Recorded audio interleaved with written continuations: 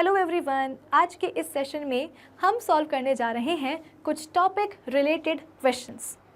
Previous session में हमने अपने चैप्टर मोशन के 3 इम्पॉर्टेंट टॉपिक्स को डिस्कस किया था। कौन कौन से topics? So acceleration, uniform circular motion and equations of motion. इन तीनों ही टॉपिक्स को हमने अपने प्रीवियस सेशन में एकदम डिटेल में जाकर के डिस्कस किया है, समझा है। तो आज के सेशन में हम क्या करेंगे?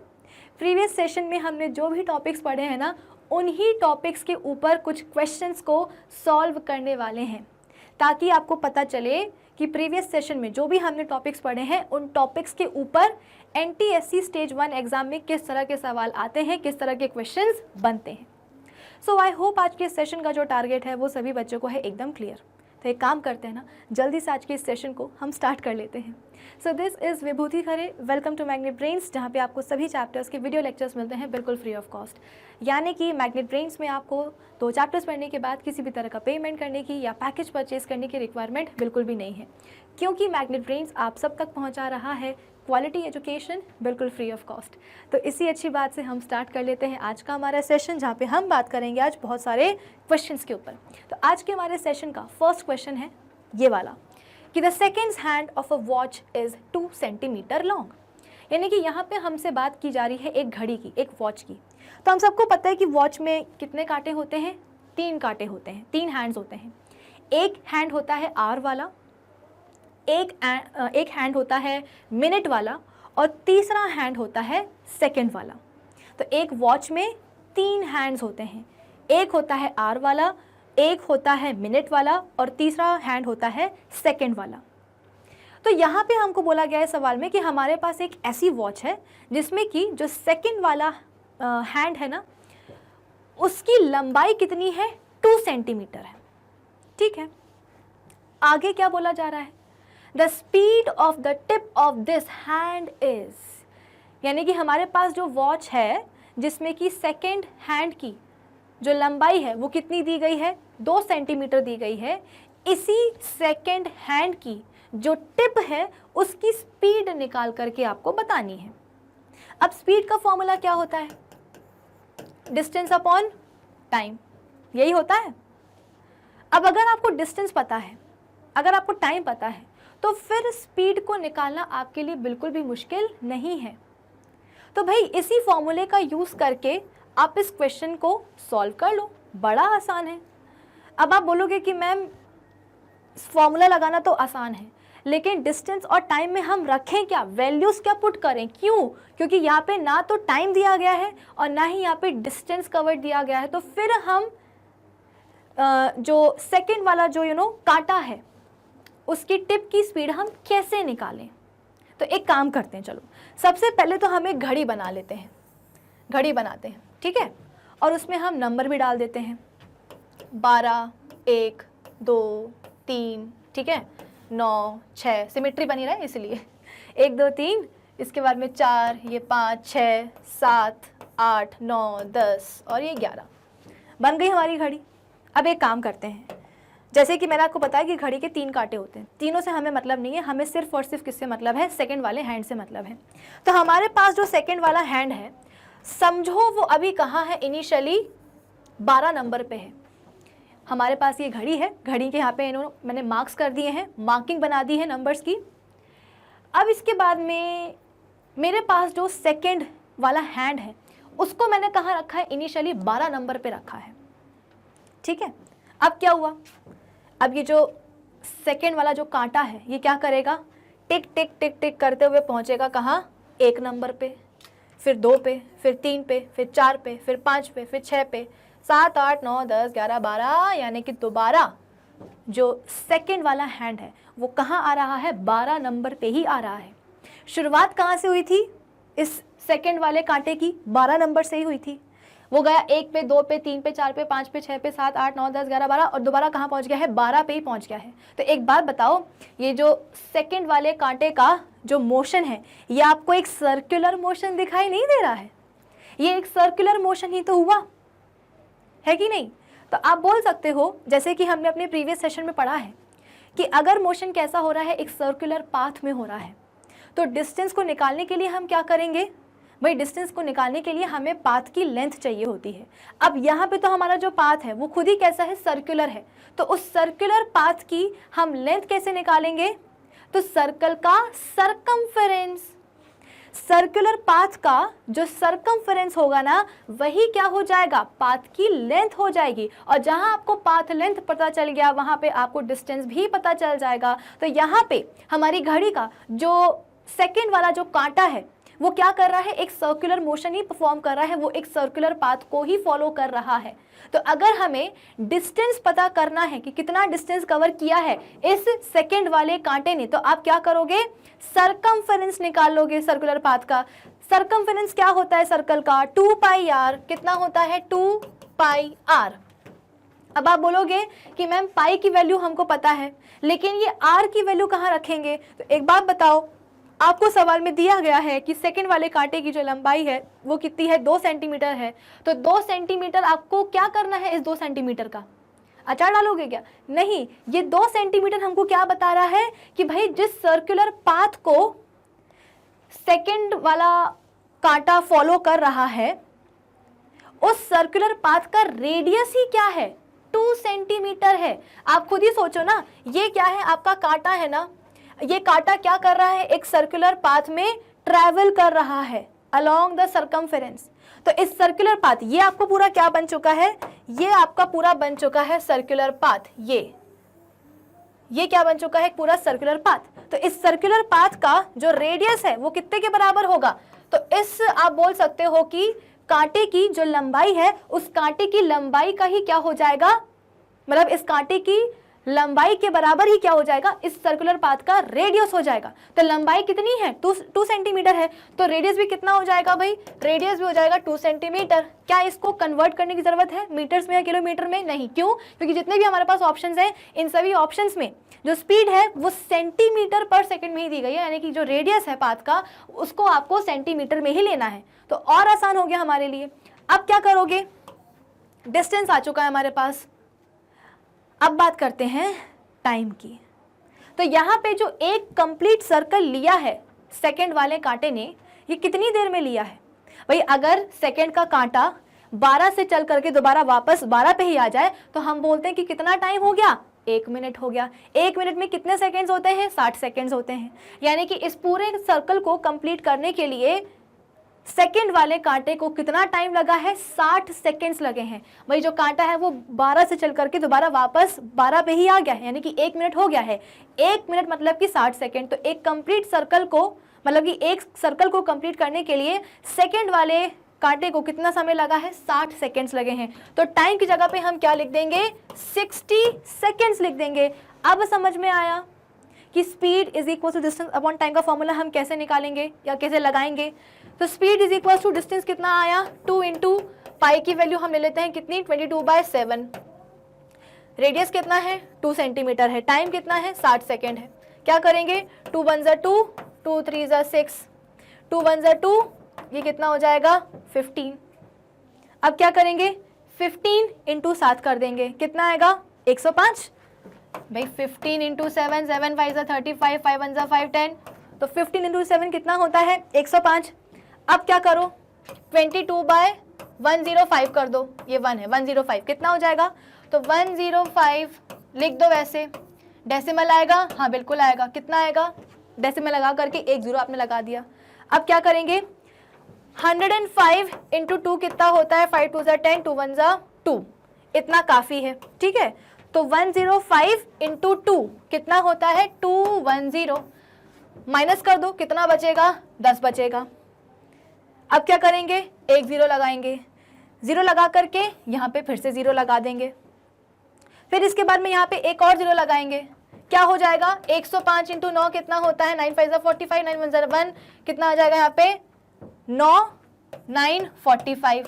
अब इसको आप करते जाओ सॉल्व, लेकिन ज़रूरत नहीं है आगे सॉल्व करने की, क्यों, क्योंकि हमारे पास जो आंसर है वो आ चुका है, कितना 0.209। इसको आप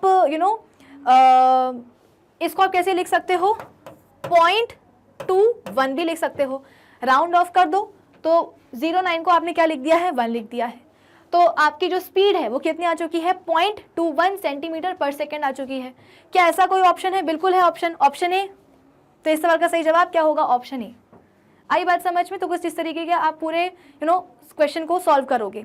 वीडियो को पॉज करके स्क्रीनशॉट लेते जाइएगा और क्वेश्चन को सॉल्व करते जाइएगा।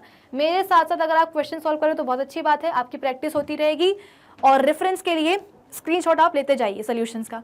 चलिए नेक्स्ट क्वेश्चन क्या है कि a body is thrown up with an initial velocity u and covers a maximum height of h, then h is equals to, जैसे कि मैंने आपको बताया था कि जो मोशन है वो केवल हॉरिजॉन्टल नहीं होता है, वर्टिकल भी होता है। तो हमारे पास जो 3 इक्वेशंस ऑफ मोशन आती हैं वो हॉरिजॉन्टल मोशन की होती हैं, लेकिन आप उनको वर्टिकल मोशन में भी यूज़ कर सकते हो। कैसे? s की जगह पे h रख दो, a की जगह पे g रख दो। g क्या है?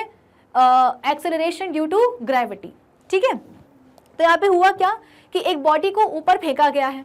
जब हम किसी ऑब्जेक्ट को, जब हम किसी बॉडी को ऊपर फेंकते हैं ना, तो किसी ना किसी इनिशियल वेलोसिटी के साथ फेंकते ही हैं। मान लेते हैं कि यहाँ पे इनिशियल वेलोसिटी कितनी है? u है। इसके बाद में बोला जा रहा है and covers a maximum height of h। हमने ऑब्जेक्ट को ऊपर फेंका, कितनी वेलोसिटी के साथ? 0 वेलोसिटी के साथ। वो कहाँ तक चला गया है? h हाइट तक चला गया है। अब h हाइट तक पहुंचने के बाद होगा क्या? एक पॉइंट पे जाकर के उसकी वेलोसिटी 0 हो जाएगी। भाई अगर आप किसी भी ऑब्जेक्ट को ऊपर फेंकते हो तो ऐसा थोड़ी है कि वो हमेशा ऊपर जाता जाएगा, कभी नीचे नहीं आएगा। बिल्कुल आएगा। कब आएगा नीचे? जब आपने किसी ऑब्जेक्ट को नीचे से ऊपर फेंका है, तो ऊपर जाने के बाद एक सर्टेन हाइट या डिस्टेंस कवर करने के बाद उसकी जो वेलोसिटी है वो 0 हो जाएगी। यानी कि जो फाइनल वेलोसिटी है वो कितनी हो गई? 0 हो गई। अब इस 0 वेलोसिटी को होने के बाद अब वो ऑब्जेक्ट कहाँ आएगा? नीचे आएगा। तो अभी तो हम नीचे आने वाले मोशन की बात नहीं कर रहे हैं, अभी हमें सिर्फ क्या पता करना है कि एक ऑब्जेक्ट को नीचे से ऊपर फेंका गया है, तो u वेलोसिटी के साथ फेंका गया है, h हाइट उसने कवर करी है और इतना कवर करने के बाद में उसकी जो वेलोसिटी है वो कितनी हो चुकी है? 0 हो चुकी है। तो बोला क्या गया है? And covers a maximum height h, then h is equals to, इसी हाइट के बारे में आपको बताना है कि ये h किसके बराबर होगा। तो एक काम करो ना, यहाँ पे आप थर्ड इक्वेशन ऑफ मोशन लगा लो, v square minus u square is equals to 2as। क्योंकि ये वर्टिकल मोशन है तो हम क्या करेंगे? a की जगह पे लिख देंगे g और s की जगह पे लिख देंगे क्या? h। हमसे यही तो पूछा गया है कि मैक्सिमम हाइट कितनी अटेन की जा रही है ऑब्जेक्ट या बॉडी द्वारा। तो यहाँ पे क्या हो जाएगा? हम सबको पता है कि एक हाइट पे जाकर के, मैक्सिमम हाइट पे जाकर के वेलोसिटी क्या हो जाएगी? फाइनल वेलोसिटी 0 हो जाएगी। तो v की जगह पे हम लिख देंगे क्या? 0 minus u square is equals to 2 minus g into h। अब आप बोलोगे कि मैम आपने g के साथ में माइनस साइन क्यों लगाया है? एक बात बताओ, ये जो एक्सेलरेशन ड्यू टू ग्रेविटी है ना, ये कहाँ लगता है? नीचे की तरफ लगता है। अगर इस पेन को मैं छोड़ दूं तो ये पेन नीचे जाएगा। क्यों जाएगा? क्योंकि अर्थ इसको खींच रही है, इसके ऊपर एक ग्रेविटेशनल फोर्स लगा रही है, जिसे हम क्या बोलते हैं? अर्थ की ग्रेविटी बोलते हैं। और इस ग्रेविटी के कारण ये पेन जो है नीचे जाएगा। तो जब ये नीचे जाएगा तो इसकी वेलोसिटी क्या होती जाएगी? चेंज होती जाएगी। इनिशियली इसकी वेलोसिटी 0 है, लेकिन जब ये नीचे जाएगा पेन तो इसकी वेलोसिटी बढ़ती जाएगी, बढ़ती जाएगी, बढ़ती जाएगी। इसका मतलब क्या कि इसमें एक्सेलरेशन आ जाएगा। और ये एक्सेलरेशन किसकी वजह से होगा? ग्रेविटी के कारण होगा। लेकिन अभी क्या हो रहा है? ऑब्जेक्ट ऊपर जा रहा है, तो एक्सेलरेशन ड्यू टू ग्रेविटी कहाँ लग रहा है? नीचे लग रहा है। और ऑब्जेक्ट कहाँ जा रहा है? ऊपर जा रहा है। इसीलिए जी का यहाँ पे साइन क्या हो जाएगा? नेगेटिव हो जाएगा। आई बात समझ में? तो अगर ऑब्जेक्ट ऊपर से नीचे जाता है तो जी का साइन क्या होगा? पॉजिटिव, क्योंकि उसका मोशन कैसा हो रहा है? एक्सेलरेशन ड्यू टू ग्रेविटी के अलोंग ही हो रहा है। जो जी का डायरेक्शन है उसी डायरेक्शन में ऑब्जेक्ट का मोशन हो रहा है। कब? जब वो ऑब्जेक्ट ऊपर से नीचे आता है। और जब वो नीचे से ऊपर जाता है तो उसका मोशन जी के डायरेक्शन के ऑपोजिट में होता है। इसलिए हम जी को क्या लेते हैं? माइनस जी ले लेते हैं। अब सॉल्व करो इसको। Minus u square is equal to minus 2gh, minus से माइनस चला जाएगा, बचेगा कितना? h is equal to u square by 2g। क्या ऐसा कोई ऑप्शन है? बिल्कुल है। कौन सा वाला? Option A. तो हम क्या करेंगे? ऑप्शन ए को टिक कर देंगे।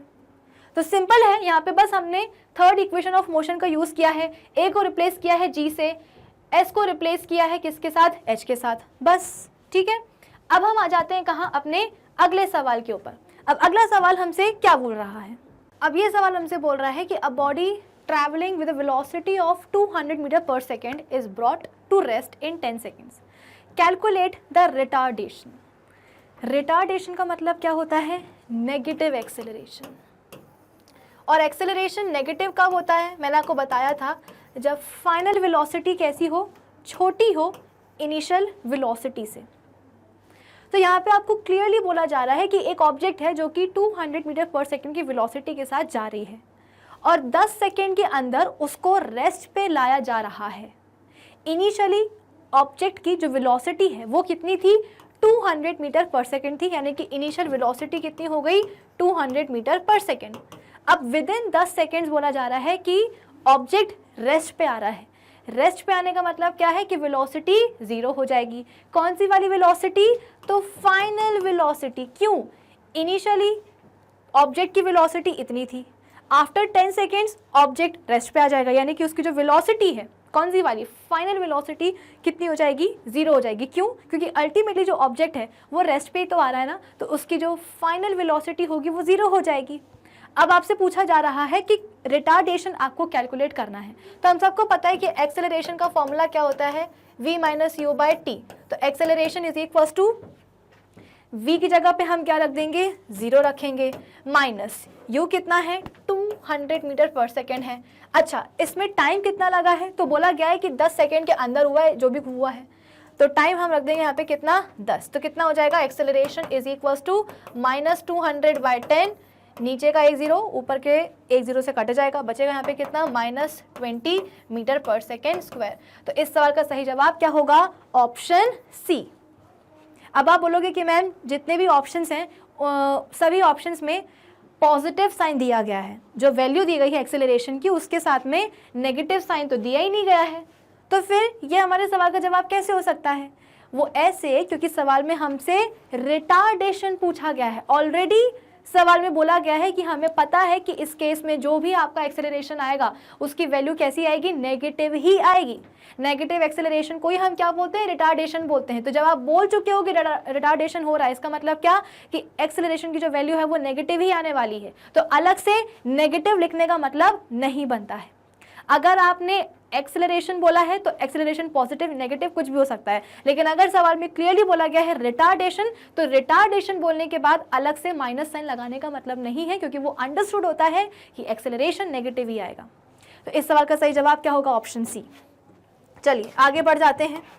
आगे हमारे पास नेक्स्ट क्वेश्चन क्या बोल रहा है कि if a car is travelling north on a straight road and its brakes are applied then it will. एक कार है जो कि नॉर्थ डायरेक्शन में जा रही है, वो भी कैसे? स्ट्रेट लाइन में। स्ट्रेट लाइन में जा रही है नॉर्थ डायरेक्शन में, और क्या हुआ है? ब्रेक्स अप्लाई कर दिए गए हैं, तो क्या होगा? Option A, it will have no acceleration, acceleration होगा ही नहीं। Option B, it will accelerate to the south, यानी कि साउथ डायरेक्शन में एक्सेलरेशन हो गया।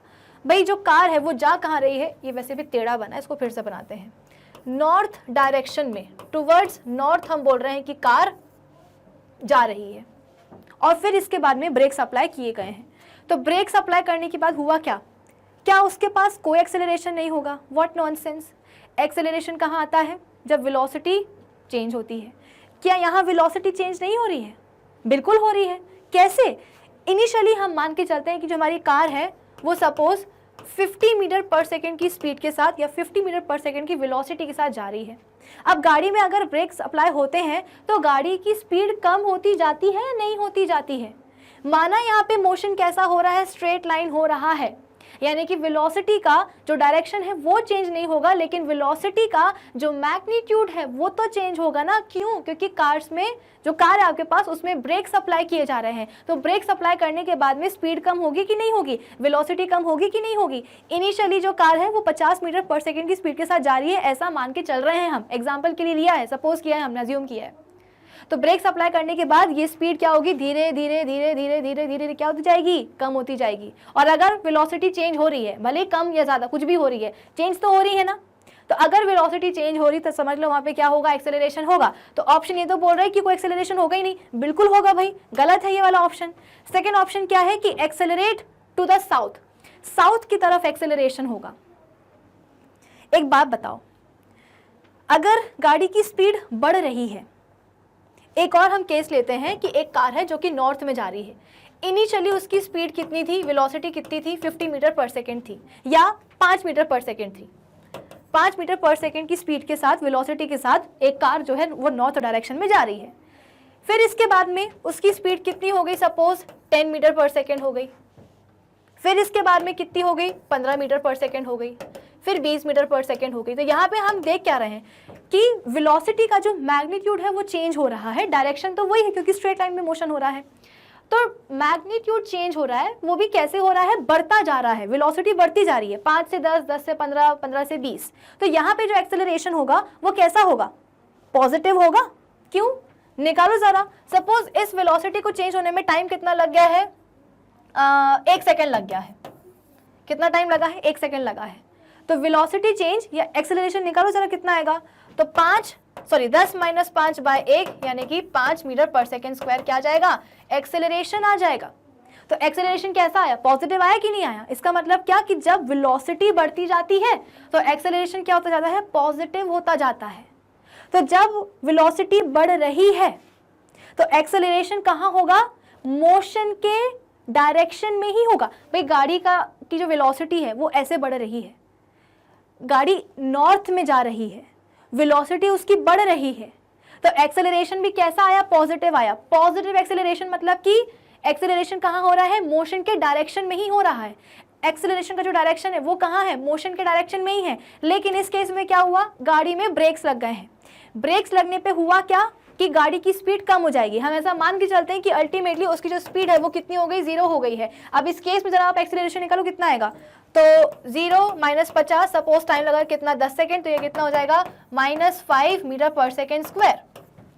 ये -5 मीटर पर सेकेंड स्क्वायर क्या बता रहा है, जैसे कि मैंने आपको पहले भी बताया है कि अगर डायरेक्शन मोशन की, अगर एक डायरेक्शन को आप पॉजिटिव लेते हो तो उसके ऑपोजिट डायरेक्शन को आपको नेगेटिव लेना पड़ता है। तो यहाँ पे क्या हुआ, यहाँ पे जो आपका एक्सेलरेशन आया है वो कितना आया है, -5 मीटर पर सेकेंड स्क्वायर आ रहा है। ये माइनस क्या बता रहा है कि जो एक्सेलरेशन है ना वो बॉडी के या कार के मोशन के ऑपोजिट डायरेक्शन में लगा है। वही जो कार है वो तो नॉर्थ में जा रही थी स्ट्रेट लाइन में, लेकिन ब्रेक्स लगने के बाद जो एक्सेलरेशन हुआ वो कितना आया, -5 मीटर पर सेकेंड स्क्वायर।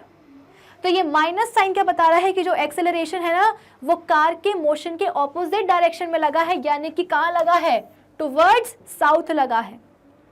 तो जब बॉडी की स्पीड, ऑब्जेक्ट की स्पीड या वेलोसिटी बढ़ती है तो एक्सेलरेशन कहाँ लगता है, मोशन के ही डायरेक्शन में लगता है। लेकिन जब वेलोसिटी कम होती है तो एक्सेलरेशन कहाँ लगता है, मोशन के ऑपोजिट डायरेक्शन में लगता है। जैसा कि इस केस में हुआ है कि कार जा रही है नॉर्थ डायरेक्शन में, ब्रेक्स लग गए हैं, तो एक्सेलरेशन क्या होगा, क्या होगा एक्सेलरेशन, हाँ बिल्कुल होगा। यहाँ पे बोला है कि एक्सेलरेशन होगा ही नहीं, बिल्कुल होगा भाई, ये ऑप्शन गलत है। एक्सेलरेट टू द साउथ, ये बिल्कुल सही है। ऑप्शन डी क्या है, अच्छा ये ऑप्शन बी होगा, ये सी होगा, ये डी होगा। ऑप्शन सी क्या है कि एक्सेलरेट टू द नॉर्थ, नहीं, ब्रेक्स लग रहे हैं, एक्सेलरेशन हम बोलते हैं कि नेगेटिव होने वाला है। नेगेटिव एक्सेलरेशन मतलब क्या कि मोशन के ऑपोजिट डायरेक्शन में लगेगा। अगर मोशन हो रहा है नॉर्थ में तो एक्सेलरेशन कहाँ लगेगा, साउथ में लगेगा। तो नॉर्थ नहीं होगा, ईस्ट वेस्ट नहीं होगा। सही जवाब क्या होने वाला है इसका, option B, accelerate to the south. तो याद रखिएगा जब वेलोसिटी बढ़ती जाती है तो एक्सेलरेशन कहाँ लगता है, मोशन के डायरेक्शन में ही लगता है। और जब वेलोसिटी कम होती है, ब्रेक्स लग रहे हैं, तो एक्सेलरेशन कहाँ लगेगा, मोशन के ऑपोजिट डायरेक्शन में लगेगा। ठीक है, चलिए अगला सवाल क्या है कि a ball is thrown vertically upwards after reaching a maximum height h returns to the starting point after a time of 10 seconds, its displacement is. अच्छा, एक बॉल को ऊपर फेंका गया है और वो मैक्सिमम हाइट तक पहुंची है। मैक्सिमम हाइट कितनी है, h है। इसके बाद में बोला गया मैक्सिमम हाइट h पे पहुंचने के बाद वो वापस आ जाती है कहाँ, स्टार्टिंग पॉइंट तक, और टाइम कितना लगा है, 10 सेकेंड्स लगे हैं। तो जब वो वापस आ रही है स्टार्टिंग पॉइंट पर तो ऑब्वियस सी बात है ना, वो दोबारा से h हाइट कवर करके ही आएगी। भाई जब बॉडी को ऊपर थ्रो किया गया तो वो मैक्सिमम हाइट h तक पहुंची। इस मैक्सिमम हाइट h पे पहुंचने के बाद हुआ क्या, उसकी वेलोसिटी 0 हो गई। अब क्या होगा, वो ऑब्जेक्ट, वो जो बॉल है वो नीचे आएगी वापस। तो जो बॉल नीचे आ रही है वापस कहाँ, अपने स्टार्टिंग पॉइंट पर कैसे आएगी, तो सेम हाइट को क्रॉस करके ही आएगी, यानी कि सेम हाइट को ट्रेवल करके ही आएगी। आपसे पूछा क्या गया है कि डिस्प्लेसमेंट कितना होगा, तो डिस्प्लेसमेंट में हम क्या करेंगे भाई, जाते टाइम कितनी हाइट कवर करी गई है, h, वापस आते टाइम कितनी हाइट कवर करी गई है h, तो h प्लस h कितना हो जाएगा, 2h, तो हम क्या करेंगे, ऑप्शन बी को टिक कर देंगे, आसान है ना? नहीं, इतना आसान भी नहीं है। क्यों? डिस्टेंस नहीं पूछा गया है, डिस्प्लेसमेंट पूछा गया है। और डिस्प्लेसमेंट को पाथ से मतलब नहीं होता है कि आपने बॉल को कहाँ फेंका, कहाँ उसने क्या हाइट कवर करी है, उससे कोई मतलब नहीं होता है। डिस्प्लेसमेंट को सिर्फ मतलब होता है इनिशियल पोजीशन और फाइनल पोजीशन से। इनिशियली बॉल को कहाँ से फेंका गया था, सपोज पॉइंट ए पर ही से ही फेंका गया था, तो पॉइंट ए क्या था, स्टार्टिंग पॉइंट था। पॉइंट ए से ही बॉल को फेंका गया, बॉल जो है मैक्सिमम हाइट एच को अटेन करने के बाद में दोबारा वो नीचे आ गई। कहाँ आ गई दोबारा नीचे, तो स्टार्टिंग पॉइंट ए पर ही आ गई है। इसका मतलब क्या कि इनिशियल और फाइनल पोजीशन क्या हो चुकी है, बॉल की मोशन की सेम हो चुकी है। बॉल गई भी ए से ही थी और वापस भी कहाँ आई है, ए पर ही आई है। इसका मतलब क्या कि अगर इनिशियल और फाइनल पोजीशंस क्या है, दोनों सेम है, तो डिस्प्लेसमेंट जीरो होगा ना। तो इसका जवाब भी नहीं, डी होगा, जीरो डिस्प्लेसमेंट। आई बात समझ में? तो ऐसे कुछ छोटे छोटे से सवाल होते हैं जहाँ पे बच्चों को फंसा लेते हैं और बच्चों को लगता है कि अरे बाप रे कितना आसान सा सवाल है, यूँ हमें एक चुटकी में जो है ना हमने इसको सॉल्व कर दिया। लेकिन ऐसा होता नहीं है, एकदम फुल कंसंट्रेशन के साथ क्वेश्चन को सॉल्व करने की ज़रूरत पड़ती है। चलिए नेक्स्ट क्वेश्चन क्या है कि a body is throne upwards and reaches it's maximum height at the position. अच्छा, बॉडी को फिर से ऊपर की तरफ फेंका गया है ऑब्जेक्ट को और वो अपने मैक्सिमम हाइट पे पहुंच गई है। अब उस मैक्सिमम हाइट की पोजीशन पे पहुंचने के बाद हुआ क्या? Option A, it's velocity is zero and its acceleration is also zero. यहाँ पे बोला गया कि जब ऑब्जेक्ट को नीचे से ऊपर फेंका गया, मैक्सिमम हाइट पे जैसे ही ऑब्जेक्ट पहुंचा, तो इस मैक्सिमम हाइट पे पहुंचने के बाद वेलोसिटी जीरो हो गई। ऑब्वियस सी बात है, वेलोसिटी जीरो हो ही जाएगी। भाई आप जब भी किसी ऑब्जेक्ट को नीचे से ऊपर फेंकते हो ना, तो किसी ना किसी इनिशियल वेलोसिटी के साथ फेंकते हो। जब आप ऊपर से नीचे किसी चीज़ को ड्रॉप करते हो, रिलीज करते हो, तो इनिशियल वेलोसिटी जीरो होती है। तो जब आप किसी ऑब्जेक्ट को नीचे से ऊपर फेंकते हो ना, तो इनिशियल वेलोसिटी के साथ फेंकते हो। उस इनिशियल वेलोसिटी के साथ ऑब्जेक्ट ऊपर जाता है, एक सर्टेन हाइट अटेन कर लेता है और अपनी मैक्सिमम हाइट पे पहुंचने के बाद उसकी जो फाइनल वेलोसिटी है वो जीरो हो जाती है। यानी कि जो भी आपने इनिशियल वेलोसिटी से ऑब्जेक्ट को फेंका है ना, वो इनिशियल वेलोसिटी अब क्या होती जाएगी, धीरे धीरे धीरे धीरे धीरे धीरे कम होती जाएगी और अल्टीमेटली वेलोसिटी जीरो हो जाएगी। तो जब तक उसकी वेलोसिटी जीरो हुई है, आप समझ लीजिए कि वहां तक मैक्सिमम हाइट अटेन की जा चुकी है। अब क्या होगा, उस हाइट पे पहुंचने के बाद अल्टीमेटली वो जो ऑब्जेक्ट है, क्योंकि उसकी वेलोसिटी जीरो हो चुकी है, अब वो नीचे आ जाएगा। क्यों? क्योंकि अर्थ तो खींच ही रही है ना लगातार उस ऑब्जेक्ट को अपनी तरफ। तो कुछ इस तरीके से। तो यहाँ पे क्या बोला जा रहा है कि जब हम किसी ऑब्जेक्ट को ऊपर फेंकते हैं, मैक्सिमम हाइट पर क्या होता है, वेलोसिटी जीरो हो जाती है। बात तो सही है। Acceleration is also zero. नहीं, एक्सेलरेशन जीरो क्यों होगा भाई? जीरो नहीं होता एक्सेलरेशन। फिर ऑप्शन ए तो गलत है। मतलब ऑप्शन बी क्या है कि it's velocity is zero but it's acceleration is maximum. भाई मैक्सिमम और मिनिमम का सवाल नहीं है ना, जीरो का सवाल है। फिर इसके बाद में ऑप्शन सी क्या है कि इट्स एक्सेलरेशन इज मिनिमम। नहीं, its velocity is zero and its acceleration is the acceleration due to gravity. ये बिल्कुल सही है कि जब ऑब्जेक्ट को नीचे से ऊपर फेंका गया तो उसकी मैक्सिमम हाइट पर वेलोसिटी जीरो हो गई और उस समय उसके ऊपर जो भी एक्सेलरेशन लग रहा है वो क्या है, एक्सेलरेशन ड्यू टू ग्रेविटी है। जब हम वर्क पावर एनर्जी समझ लेंगे, पढ़ लेंगे, तब आपको ये चीज़ और क्लियर हो जाएगी कि जितनी भी काइनेटिक एनर्जी थी बॉडी की, वो कन्वर्ट हो गई किसमें, पोटेंशियल एनर्जी में। अभी शायद समझ में ना आए, लेकिन आ जाएगा समझ में, ठीक है। तो कुल मिलाकर के वेलोसिटी हो गई है मैक्सिमम हाइट पे जीरो और एक्सेलरेशन क्या होगा, एक्सेलरेशन ड्यू टू ग्रेविटी होगा। तो इस सवाल का सही जवाब क्या होगा, ऑप्शन डी। नेक्स्ट क्वेश्चन पे हम आ जाते हैं। A train 50 meter long passes over a bridge at a velocity of 30 km per hour. If it takes 36 seconds to cross the bridge, the length of the bridge will be. यानी कि एक train है, पहले तो हम एक bridge बनाते हैं, ये बन गया क्या हमारा ब्रिज, और ये बन गई क्या उसके ऊपर की ट्रेन, या इसको थोड़ा और अच्छे से बनाते हैं, ये क्या है, ब्रिज के ऊपर की ट्रेन। चलो लिख भी देते हैं, ठीक है। अब हुआ क्या, बोला गया है कि ट्रेन की लंबाई कितनी है भाई, 50 मीटर है। ट्रेन की लंबाई इज 50 मीटर और वेलोसिटी कितनी है, 30 किलोमीटर पर आवर की है। Velocity is 30 kilometer per hour. If it takes 36 seconds to cross the bridge, the length of the bridge will be, यानी कि बोला जा रहा है कि ये जो 50 मीटर लंबी ट्रेन है ना, ये पूरे ब्रिज को, सपोज ये ब्रिज कितना है, पॉइंट ए से लेकर के पॉइंट बी तक है, तो जो पूरी ट्रेन है वो 36 सेकेंड्स के अंदर, 50 मीटर लंबी जो ट्रेन है वो 36 सेकेंड्स के अंदर पूरे के पूरे इस ब्रिज ए बी को क्रॉस कर जाती है। तो आपको बताना है कि ब्रिज की लंबाई कितनी है। कैसे बताएंगे? सबसे पहले तो जो स्पीड है ना किलोमीटर पर आवर में दी गई है, इसको मीटर पर सेकंड में कन्वर्ट कर ही डालो। तो 30 किलोमीटर को हम डिवाइड, मतलब 30 किलोमीटर पर आवर को हम डिवाइड करेंगे, मल्टीप्लाई करेंगे किसके साथ, 5/18 के साथ। तो 2 15 ज़ा 2 19 ज़ा 18 है ना, 2 मतलब 9 × 2 कितना होता है 18 ना। फिर इसके बाद में 3 3 ज़ा 9 3 5 ज़ा 15, कितना बचा 5 5 ज़ा 25/3। आई बात समझ में? तो स्पीड कितनी आ चुकी है अब मीटर पर सेकेंड में, 25/3 आ चुकी है। चलो स्पीड को हम लिख ही देते हैं, speed is equal to distance upon time. Speed कितनी निकाली हमने, 25/3 मीटर पर सेकेंड। टाइम कितना लग रहा है पूरे ब्रिज को कवर करने में, 36 सेकेंड्स। कैसे पता चला, सवाल में दिया गया है, टाइम लगा है 36 सेकेंड्स। अब सवाल है किसका, डिस्टेंस का, कि हमारी ट्रेन ने डिस्टेंस कितना कवर किया है। अब ट्रेन की खुद की लंबाई कितनी है, 50 मीटर है। हमारा ब्रिज कितना लंबा है, ए बी है। ब्रिज की लंबाई सपोज कितनी है, ए बी है। ट्रेन की खुद की लंबाई कितनी है, 50 मीटर है। तो हम मान लेते हैं कि यहाँ पे हम लेते हैं क्या, पॉइंट सी। तो जो हमारी ट्रेन है वो ऑलरेडी क्या कर रही है, ब्रिज की जो ओवरऑल जो पूरी लंबाई है ए बी, उस लंबाई में से ए सी को वो ऑलरेडी कवर कर रही है। कैसे? क्योंकि उसकी खुद की लंबाई कितनी है, 50 मीटर है। अब उसे और कितनी लंबाई और कवर करनी है ब्रिज की, तो इसको हम मान लेते हैं क्या, x। यही तो सवाल में पूछा गया है ना कि पूरे ब्रिज को कवर करने में जो ट्रेन है उसको समय कितना लग रहा है, 36 सेकेंड्स, और स्पीड कितनी है ट्रेन की, 30 किलोमीटर पर आवर की, जिसको हम ऑलरेडी 25/3 मीटर पर सेकंड में कन्वर्ट कर चुके हैं।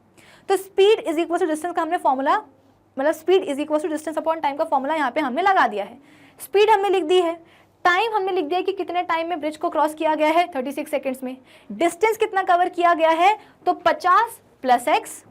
भाई पूरे ब्रिज की लंबाई को कवर किया गया है ना, पूरे ब्रिज को क्रॉस किया गया है, तो पूरे ब्रिज की लंबाई हमें कैसे पता चलेगी।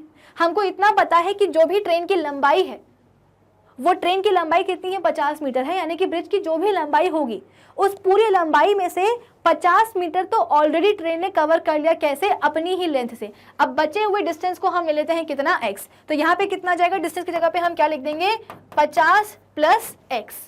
अब कितना हो जाएगा, 3 1 ज़ा 3 3 1 ज़ा 3 3 2 ज़ा 6। क्या करेंगे, 25 × 12 कर देंगे। 25 × 12 मेरे हिसाब से 300 होता है, फिर भी कर लेते हैं एक बार। 25 × 12 5 2 ज़ा 10 2 2 ज़ा 4 5 1 5 ज़ा 5 1 2 ज़ा 2, ये 0 0 3। ठीक है, तो यहाँ पे कितना आ जाएगा, 25 × 12 इज इक्वल्स टू 50 + x। तो ये कितना होता है, 300 इज इक्वल्स टू 50 + x। तो 300 - 50 इज इक्वल्स टू x। तो x कितना यहाँ पे आ जाएगा हमारा, 250 मीटर्स आ जाएगा।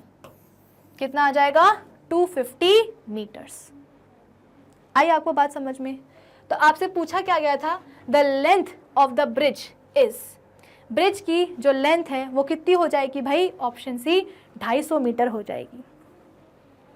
ठीक है, तो कुछ इस तरीके से आप क्या करोगे, पूरे क्वेश्चन को सॉल्व करोगे। ब्रिज की जो लंबाई है वो फाइनली आ चुकी है, कितनी, 250 मीटर।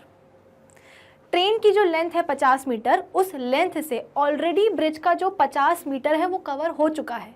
अब पूरे ब्रिज को क्रॉस करने के लिए और कितना डिस्टेंस कवर करना पड़ेगा ट्रेन को, तो वो होगा x। x किसके बराबर आया है, 250 मीटर के बराबर आया है। तो मुझे लगता है कि ये वाला क्वेश्चन सबको समझ में आया होगा। वीडियो को पॉज कर लेना और स्क्रीनशॉट सॉल्यूशन का ले लेना। चलिए आगे बढ़ते हैं हम। आगे क्या है, the acceleration of a car that speeds up from 12 meter per second to 30 metre per second is 15 seconds. अच्छा, तो बेसिकली यहाँ पे आपको एक्सेलरेशन बताना है। कैसे निकालते हैं acceleration, acceleration is equals to v - u/t। तो कार जो है वो स्पीड अप कर रही है, यानी कि उसकी जो वेलोसिटी है वो इंक्रीज होने वाली है। इनिशियली उसकी वेलोसिटी कितनी थी, 12 मीटर पर सेकेंड थी, फिर कितनी हो गई, 30 मीटर पर सेकेंड हो गई, और टाइम कितना लगा है, 15 सेकेंड लगे हैं। तो v की जगह पे हम क्या लिख देंगे, 30 मीटर पर सेकेंड, u की जगह पे हम क्या लिख देंगे, 12 लिख देंगे, टाइम कितना लेंगे हम यहाँ पे 15 लेंगे। तो कितना हो जाएगा, 30 में से 12 माइनस करो, 8 2 1, ठीक है, कितना हो जाएगा ये 0। तो कुल मिलाकर के, 1 मिनट, यहाँ पे क्या हो गया, हाँ 1 18, यहाँ पे कितना हो जाएगा 18/15, ठीक है, 3 से जाएगा, बिल्कुल जाएगा। तो 3 6 कितना होता है, 18 होता है, 3 6 18, 3 5 कितना होता है 15, तो यहाँ पे कितना आ चुका है 6/5 आ चुका है। और इसको सॉल्व करो तो 5 1 5, 5 2 10, तो कितना आ जाएगा 1.2 मीटर पर सेकेंड स्क्वायर आ जाएगा। तो एक्सेलरेशन अपना कितना आया है, 1.2 metre per second square. Easy है, v दिया गया है, u दिया गया है, टाइम दिया गया है, मतलब चेंज इन वेलोसिटी कितने समय में हुई है वो भी बता दिया गया है, 15 सेकेंड। तो बस फॉर्मूला लगा दो एक्सेलरेशन का, कितना आ जाएगा 1.2 metre per second square. Basic सवाल है ये। चलिए आगे बढ़ते हैं कि a body moving along a straight line at 20 metre per second undergoes an acceleration of 4 metre per second square. After 2 seconds its speed will be, यानी कि यहाँ पे आपको ये बताया गया है कि जो ऑब्जेक्ट है वो कितनी इनिशियल वेलोसिटी के साथ मूव कर रहा है, कितनी वेलोसिटी के साथ, तो 20 मीटर पर सेकेंड की इनिशियल वेलोसिटी के साथ वो मूव कर रहा है। अब उसमें एक्सेलरेशन हुआ, एक्सेलरेशन कितना हुआ 4 मीटर पर सेकेंड स्क्वायर हुआ। टाइम कितना लगा है, टाइम लग गया है यहाँ पे 2 सेकेंड, यानी कि इनिशियली ऑब्जेक्ट की जो वेलोसिटी है वो कितनी थी, दिस मच थी। एक्सेलरेशन हुआ और 2 सेकेंड के बाद अब उसकी वेलोसिटी आपको बतानी है। इनिशियली वेलोसिटी इतनी थी, एक्सेलरेशन लग गया, यानी कि 2 सेकेंड के बाद में अब फाइनल वेलोसिटी कितनी आएगी, कैसे निकालेंगे, लगाओ फॉर्मूला फिर से, या फर्स्ट इक्वेशन ऑफ मोशन लगा दो, v = u + at। v निकालना है, u आपको दिया गया है 20 है, प्लस जो एक्सेलरेशन है वो यहाँ पे कितना दिया गया है, अच्छा सॉरी v तो निकालना है, इसको मैंने 0 क्यों लिखा हुआ है, v निकालना है, u आपको गिवन है, a भी गिवन है, कितना है 4 है, और टाइम भी गिवन है कितना 2, कितना हो जाएगा ये v = 20 + 4 2 8, कितना हो जाएगा 28 मीटर पर सेकेंड। तो बहुत ही बेसिक सा सवाल है, उम्मीद करती हूँ सबको बना होगा। अभी तक हम क्या कर रहे थे, इनिशियल वेलोसिटी गिवन है, फाइनल वेलोसिटी गिवन है, टाइम गिवन है, तो एक्सेलरेशन का फॉर्मूला हमने लगा दिया। अब यहाँ पे क्या हुआ, for a change u given है, a गिवन है और t गिवन है, आपको v निकालना है। तो या तो आप एक्सेलरेशन का फॉर्मूला भी लगा सकते हो, a = v - u/t, या आप फर्स्ट इक्वेशन ऑफ मोशन भी लगा सकते हो, दोनों एक ही बात है, कोई फर्क नहीं है दोनों में, ठीक है। चलो अगला सवाल क्या है कि अ पार्टिकल एक्सपीरियंसेस, ये एक अच्छा सवाल है, ध्यान से देखिएगा इसको सब लोग, कि a particle experiences a constant acceleration for 20 seconds after starting from the rest. यानी कि एक पार्टिकल रेस्ट से शुरू होता है, यानी कि उसकी जो इनिशियल वेलोसिटी है वो कितनी है, 0 है। If it travels a distance of s1 in the first 10 seconds, यानी कि इनिशियल वेलोसिटी कितनी है पार्टिकल की, 0 है। अब जब उसने अपनी जर्नी शुरू करी तो फर्स्ट 10 सेकेंड्स में उसने डिस्टेंस कितना कवर कर लिया है, s1 कर लिया है, and a distance s2 in the next 10 seconds then, यानी कि फर्स्ट 10 सेकेंड्स में डिस्टेंस कितना कवर किया गया, s1, और उसके अगले 10 सेकेंड में डिस्टेंस कितना कवर किया गया, s2। तो आपको s1 और s2 के बीच में रिलेशन बताना है। अ पार्टिकल, इसके ऊपर क्या बोला गया था कि a particle experiences a constant acceleration for 20 seconds. 20 seconds तक हम बोलते सकते हैं कि जो पार्टिकल है एक कांस्टेंट एक्सेलरेशन उसने फील किया, ठीक है। तो आप बोल सकते हो कि जब तक एक्सेलरेशन वो फील कर रहा है, यानी कि 20 सेकेंड्स तक, उसने कितना डिस्टेंस कवर कर लिया होगा, टोटल s। तो टोटल डिस्टेंस हम मान लेते हैं क्या, s। टोटल डिस्टेंस किसके बराबर होगा, s1 + s2 के। s1 क्या है, ये वो डिस्टेंस है जो कि फर्स्ट 10 सेकेंड्स में कवर किया गया है, और s2 क्या है, ये वो डिस्टेंस है जो कि आखिरी के, मतलब कि जो नेक्स्ट 10 सेकेंड्स में कवर किया गया है। तो टोटल डिस्टेंस कितना हो जाएगा, s1 + s2 हो जाएगा। अब अगर मैं टोटल डिस्टेंस निकालूं तो मैं कौन सी इक्वेशन ऑफ मोशन को यूज कर सकती हूँ, एस को निकालने के लिए सेकेंड और थर्ड इक्वेशन ऑफ मोशन का हम यूज़ कर सकते हैं, लेकिन तीसरी वाली इक्वेशन को यूज़ करने में थोड़ा सा नुकसान है। क्यों? तीसरी इक्वेशन ऑफ मोशन क्या होती है? v square minus u square is equal to 2as। इस तीसरी इक्वेशन ऑफ मोशन में हमें v भी चाहिए है, लेकिन v तो यहाँ पे कहीं दिया ही नहीं गया है, इसलिए हम क्या करते हैं, to be on a safer side हम सेकेंड इक्वेशन ऑफ मोशन लेते हैं। तो according to second equation of motion s is equals to ut plus half at square, यही होती है इक्वेशन। इसको हम लगा देंगे कहाँ? टोटल डिस्टेंस को कवर करने में, मतलब टोटल डिस्टेंस को कैलकुलेट करने में हम यही वाली इक्वेशन लगाते हैं। तो s is equals to ut plus half at square. Already हमको सवाल में गिवन है कि जो पार्टिकल है वो रेस्ट से शुरू हो रहा है, इसका मतलब उसकी इनिशियल वेलोसिटी क्या रही होगी? 0 रही होगी। तो s is equals to 0 plus half of a। क्या एक्सेलरेशन आपको दिया गया है? नहीं दिया गया है, आपको टाइम दिया गया है। जो टोटल डिस्टेंस हम लगा रहे हैं, ये जो हम टोटल डिस्टेंस हम निकाल रहे हैं, उस डिस्टेंस को टोटल कितने टाइम में कवर किया गया है? 20 सेकेंड्स में। 20 सेकेंड्स को ही तो हमने फर्स्ट 10 सेकेंड्स और अनदर 10 सेकेंड्स में डिवाइड किया है कि फर्स्ट 10 सेकेंड्स में जो डिस्टेंस है वो हो गया s1, जो बाकी के जो 10 सेकेंड्स है उसमें डिस्टेंस हो गया कितना? s2। तो जो टोटल डिस्टेंस है s, उसको कवर करने में टाइम कितना लगा है? 20 सेकेंड्स ही लगे हैं। तो यहाँ पे हम t की जगह पे क्या लिख देंगे? 20 लिख देंगे, उसका स्क्वायर कर देंगे। कितना हो जाएगा? s is equals to half of into a into 20 into 20। कितना हो जाएगा? ये कट जाएगा 2 से, है ना, ये 10 है। कितना हो जाएगा? तो s is equals to a 20 into 10 कितना होता है? 200। तो s is equals to 200a आ जाएगा। इतना है समझ में? अब एक काम करते हैं, इसी तरीके से s1 भी निकाल लेते हैं। भाई हमें s1 और s2 के बीच में रिलेशन चाहिए है। कैसे? देखते हैं। आपने टोटल डिस्टेंस निकाल लिया, कितना आया? s is equal to 200a। ऐसे ही अब हम s1 निकालते हैं। अब आप बोलोगे कि मैम s2 क्यों नहीं निकाल रहे हैं? निकाल सकते हैं s2, लेकिन s2 निकालने के लिए आपको क्या चाहिए है? इनिशियल वेलोसिटी चाहिए है। भाई जो शुरुआती 10 मिनट हैं, उन शुरुआती 10 मिनट में जो ऑब्जेक्ट है वो रेस्ट से उठ रहा था, तो इनिशियल वेलोसिटी उसकी 0 थी। लेकिन जो रिमेनिंग 10 सेकेंड्स हैं, उन रिमेनिंग 10 सेकेंड्स में जो उसकी इनिशियल वेलोसिटी है वो 0 नहीं होगी, वो कुछ ना कुछ वेलोसिटी तो हुई होगी। तो वो उस कुछ ना कुछ वेलोसिटी के बारे में तो हमें पता ही नहीं है, तो इसलिए हम यहाँ पे s2 नहीं निकाल सकते हैं, s1 निकाल सकते हैं। क्यों? s1 क्या है? ये वो डिस्टेंस जो कि शुरुआती 10 मिनट में कवर, सॉरी जो शुरुआती 10 सेकेंड्स में कवर किया गया है।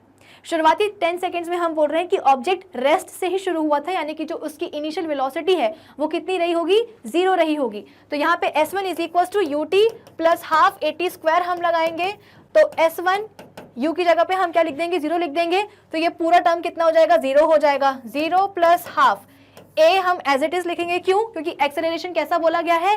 कांस्टेंट बोला गया है। तो एक्सेलरेशन यहाँ भी a, यहाँ भी a, पूरे में a ही चलेगा। टाइम यहाँ पे कितना है? तो s1 डिस्टेंस को कवर करने में टाइम कितना लगा है? 10 सेकेंड्स लगे हैं। तो यहाँ पे हम लिख देंगे क्या? 10 का स्क्वायर। कितना हो जाएगा? अब ये s1 is equal to half into a into 10 into 10, 2 5 10। Cut जाएगा ना 2 से ये।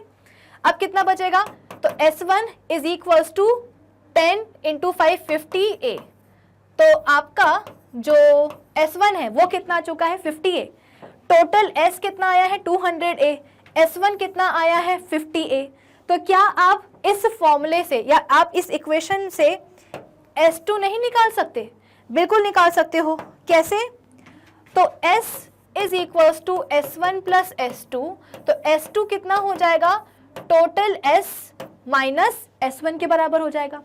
s कितना निकला है अपना? 200a और s1 कितना निकला है? 50a। तो कितना हो जाएगा? s2 is equal to 150a हो जाएगा। यानी कि अब आपके पास s1 और s2 दोनों आ चुका है। अब आप क्या करोगे? दोनों को डिवाइड कर दोगे। कैसे? तो s2 minus s2 divided by s1। s2 कितना आया है आपका? 150a। s1 कितना आया है आपका? 50a। तो a से a, अरे ये होगा 50a। तो a से a कटेगा, 0 से 0 कटेगा, 5 1 जा 5, 5 3 जा 15, कितना हो जाएगा S2 bye S1 is equals to कितना 3, तो S2 is equals to S1 को यहाँ ले जाओ तो कितना हो जाएगा S2 is equals to thrice of S1। तो यहाँ पे आपके पास S2 और S1 के बीच में रिलेशन आ गया है, कितना आया है S2 is equals to 3 into S1। क्या ऐसा कोई ऑप्शन है? बिल्कुल है, ऑप्शन सी। तो इस सवाल का सही जवाब क्या होगा? Option C. तो कुछ इस तरीके के आप बोल सकते हो कि सवाल आते हैं जहां पे आपको थोड़ा सा अपना दिमाग यूज करना पड़ता है कि 20 सेकेंड्स तक एक पार्टिकल क्या कर रहा है, डिस्टेंस कवर कर रहा है। कितना डिस्टेंस? S distance. स्टार्टिंग कहाँ से हुई उसकी? रेस्ट से ही हुई है। और इस 20 सेकेंड में आप बोल सकते हो कि जो एक्सेलरेशन है वो कैसा रहा है? कांस्टेंट रहा है। शुरुआती 10 सेकेंड में जो डिस्टेंस कवर किया गया वो कितना? S1 है। और उसके आखिरी के, उसके बाद के जो 10 सेकेंड्स हैं उसमें कितना डिस्टेंस कवर किया गया है? S2। तो हमें S2 और S1 के बीच में रिलेशन निकालना है। तो हम सबसे पहले क्या करेंगे? सेकेंड इक्वेशन ऑफ मोशन का यूज करके S निकालेंगे। S कितना आ जाएगा अपना एक्सेलरेशन के टर्म्स में? 200A। सिमिलरली हम S1 भी निकालेंगे। क्यों निकाल रहे हैं S1? क्योंकि S1 हमें पता है क्या है? Distance covered in first 10 seconds. तो फर्स्ट 10 सेकेंड्स में जो ऑब्जेक्ट है वो रेस्ट से ही शुरू हुआ होगा, तो उसकी इनिशियल वेलोसिटी क्या होगी? 0 होगी। तो इसीलिए यहाँ पे हमने क्या करा? S1 निकाल करके कितना आ गया है? 50A। अब इस पूरी इक्वेशन का यूज करके कि total distance is equal to S1 plus S2 का यूज करके हम S2 निकालेंगे। कितना? 150A। अब जब आपके पास S2 आ चुका है, S1 आ चुका है, तो आप क्या करोगे? S2 और S1 का बेसिकली आप रेशियो निकाल लोगे। तो कितना आ जाएगा? S1 is equal to 3/1। S1 को वहाँ ले जाओ तो कितना हो जाएगा? S2 is equal to 3S1। तो यहाँ पे सही जवाब क्या हो जाएगा? Option C. तो आप चाहो तो इस पूरे का स्क्रीनशॉट ले सकते हो, पूरे सोल्यूशन का। ये सोल्यूशन आपके पास होना ज़रूरी है, ठीक है? तो वीडियो को पॉज करके स्क्रीनशॉट ले लीजिएगा। तो कुछ इस तरीके से हम ये वाला क्वेश्चन सॉल्व करेंगे। अब हम बात करते हैं अपने अगले सवाल की। तो अगला सवाल हमसे अब बोल क्या रहा है? नेक्स्ट क्वेश्चन हमारे पास आया है क्वेश्चन नंबर 11, और ये हमसे बोल रहा है कि in which of the following cases the object does not possess an acceleration और retardation when it moves in. यानी कि इस सवाल में आपको दिए गए हैं टोटल ABCD 4 केसेस, और चारों ही केसेस में से आपको एक ऐसा केस चूज करना है जिसमें कि ऑब्जेक्ट के पास एक्सेलरेशन ना हो।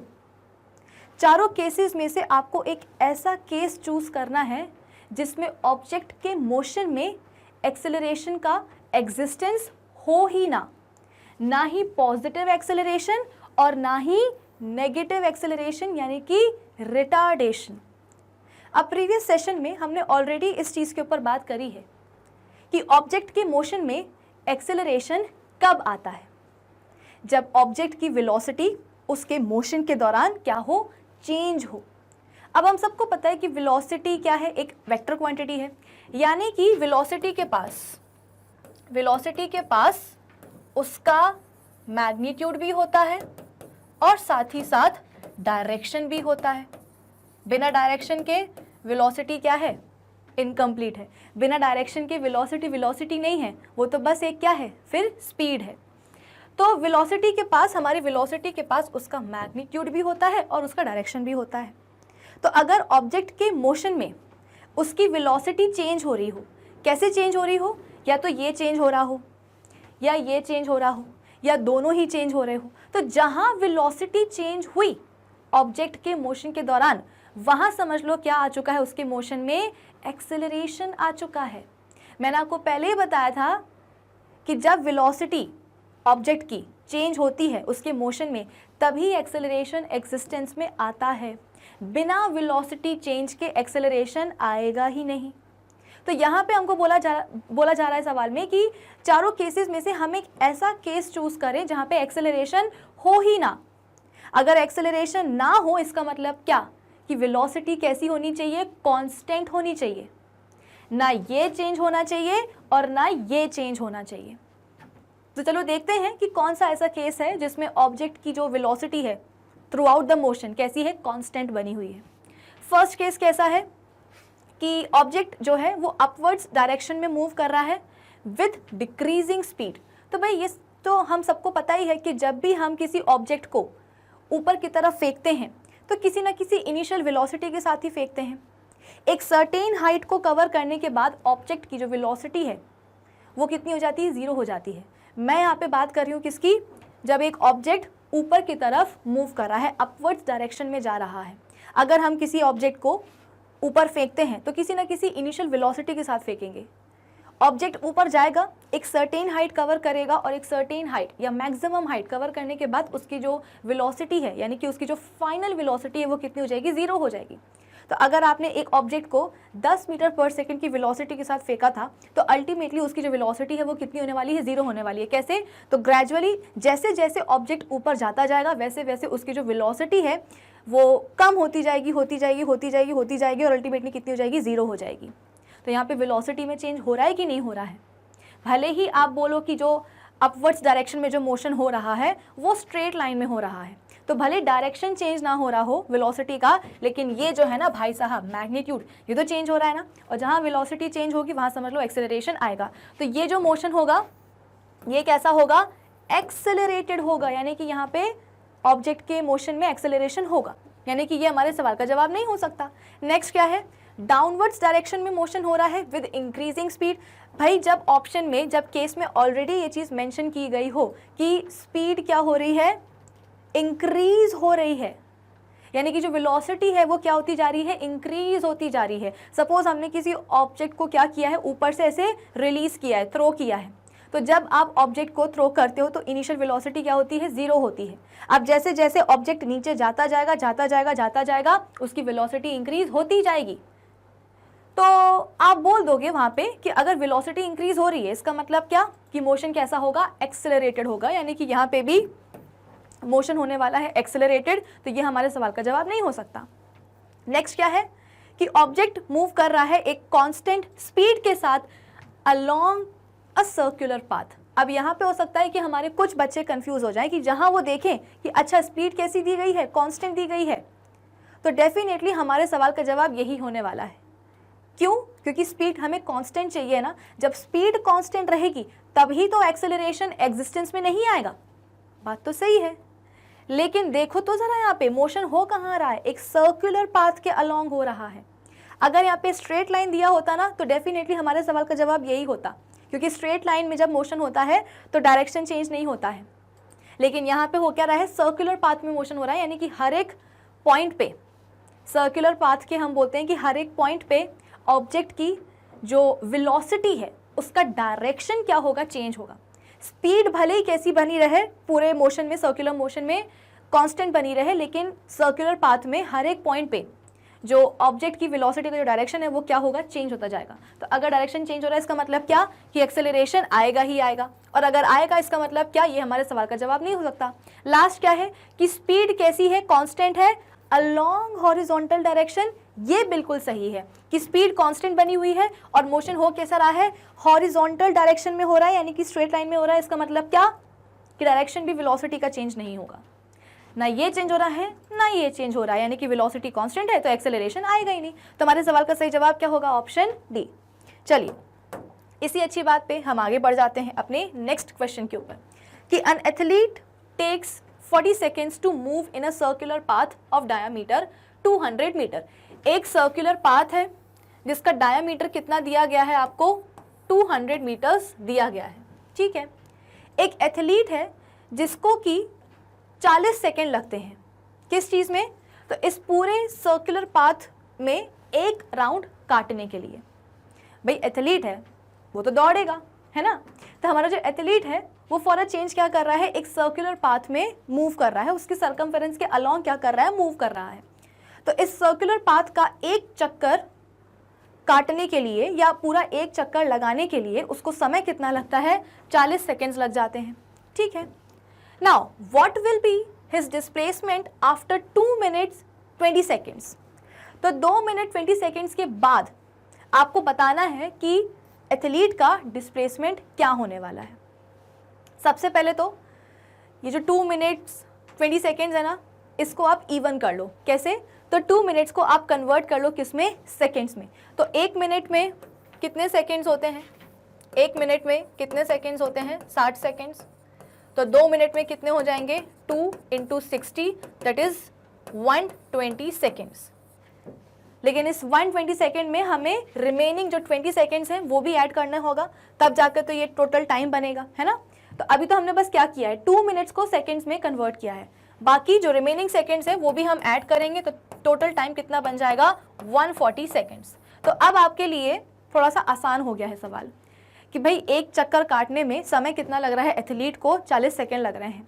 तो आपको बताना है कि 140 सेकेंड्स के बाद में एथलीट का जो डिस्प्लेसमेंट है, याद रखिएगा यहाँ पे डिस्प्लेसमेंट पूछा जा रहा है, तो 140 सेकेंड्स के बाद में एथलीट का जो डिस्प्लेसमेंट है वो कितना होगा।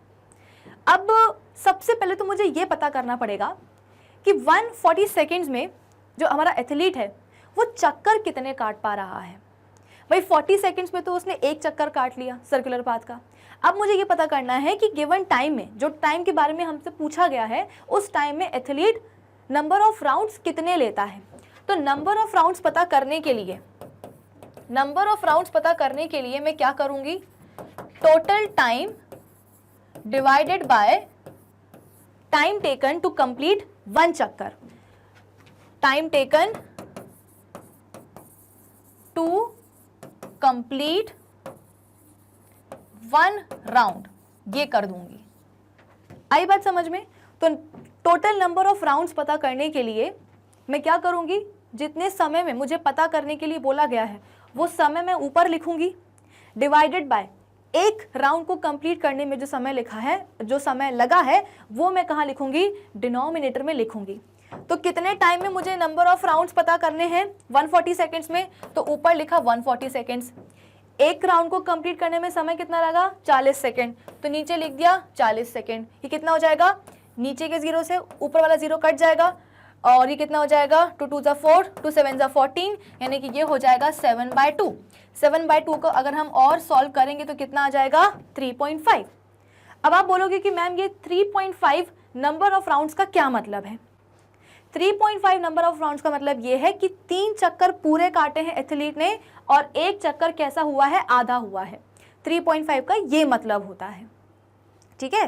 कंफ्यूज मत होइएगा कि अरे 3.5 आया, इसका मतलब क्या कि कहीं ना कहीं हमने कैलकुलेशन में मिस्टेक करी है। नहीं, कैलकुलेशन बिल्कुल सही है। 3.5 राउंड्स का मतलब क्या है कि 3 चक्कर पूरे हुए हैं और आधा चक्कर हुआ है, ठीक है। तो यहाँ पे हमसे पूछा गया है क्या, डिस्प्लेसमेंट। तो अगर हम मान के चलें कि हमारा जो एथलीट है वो सर्कुलर पाथ में पॉइंट ए से अपनी जॉगिंग या अपना मोशन स्टार्ट करता है, तो हुआ क्या, पहले उसने एथलीट ने क्या किया है, एक चक्कर काटा है, तो ए से चला और दोबारा कहाँ पे आ गया, ए पे आ गया। भाई एक कंप्लीट चक्कर का मतलब यही तो होता है ना सर्कुलर पाथ में, कि एक पॉइंट से चला और घूम करके पूरा चक्कर काट करके दोबारा उसी पॉइंट पे आ जाना। तो एक चक्कर तो हमारे एथलीट ने काट लिया है। तो ज़रा मुझे ये बताओ कि एक चक्कर में हमारे एथलीट का डिस्प्लेसमेंट क्या होगा। 2πr मत कर देना, डिस्प्लेसमेंट पूछा है, पहले ही बताया था, डिस्टेंस नहीं पूछा है।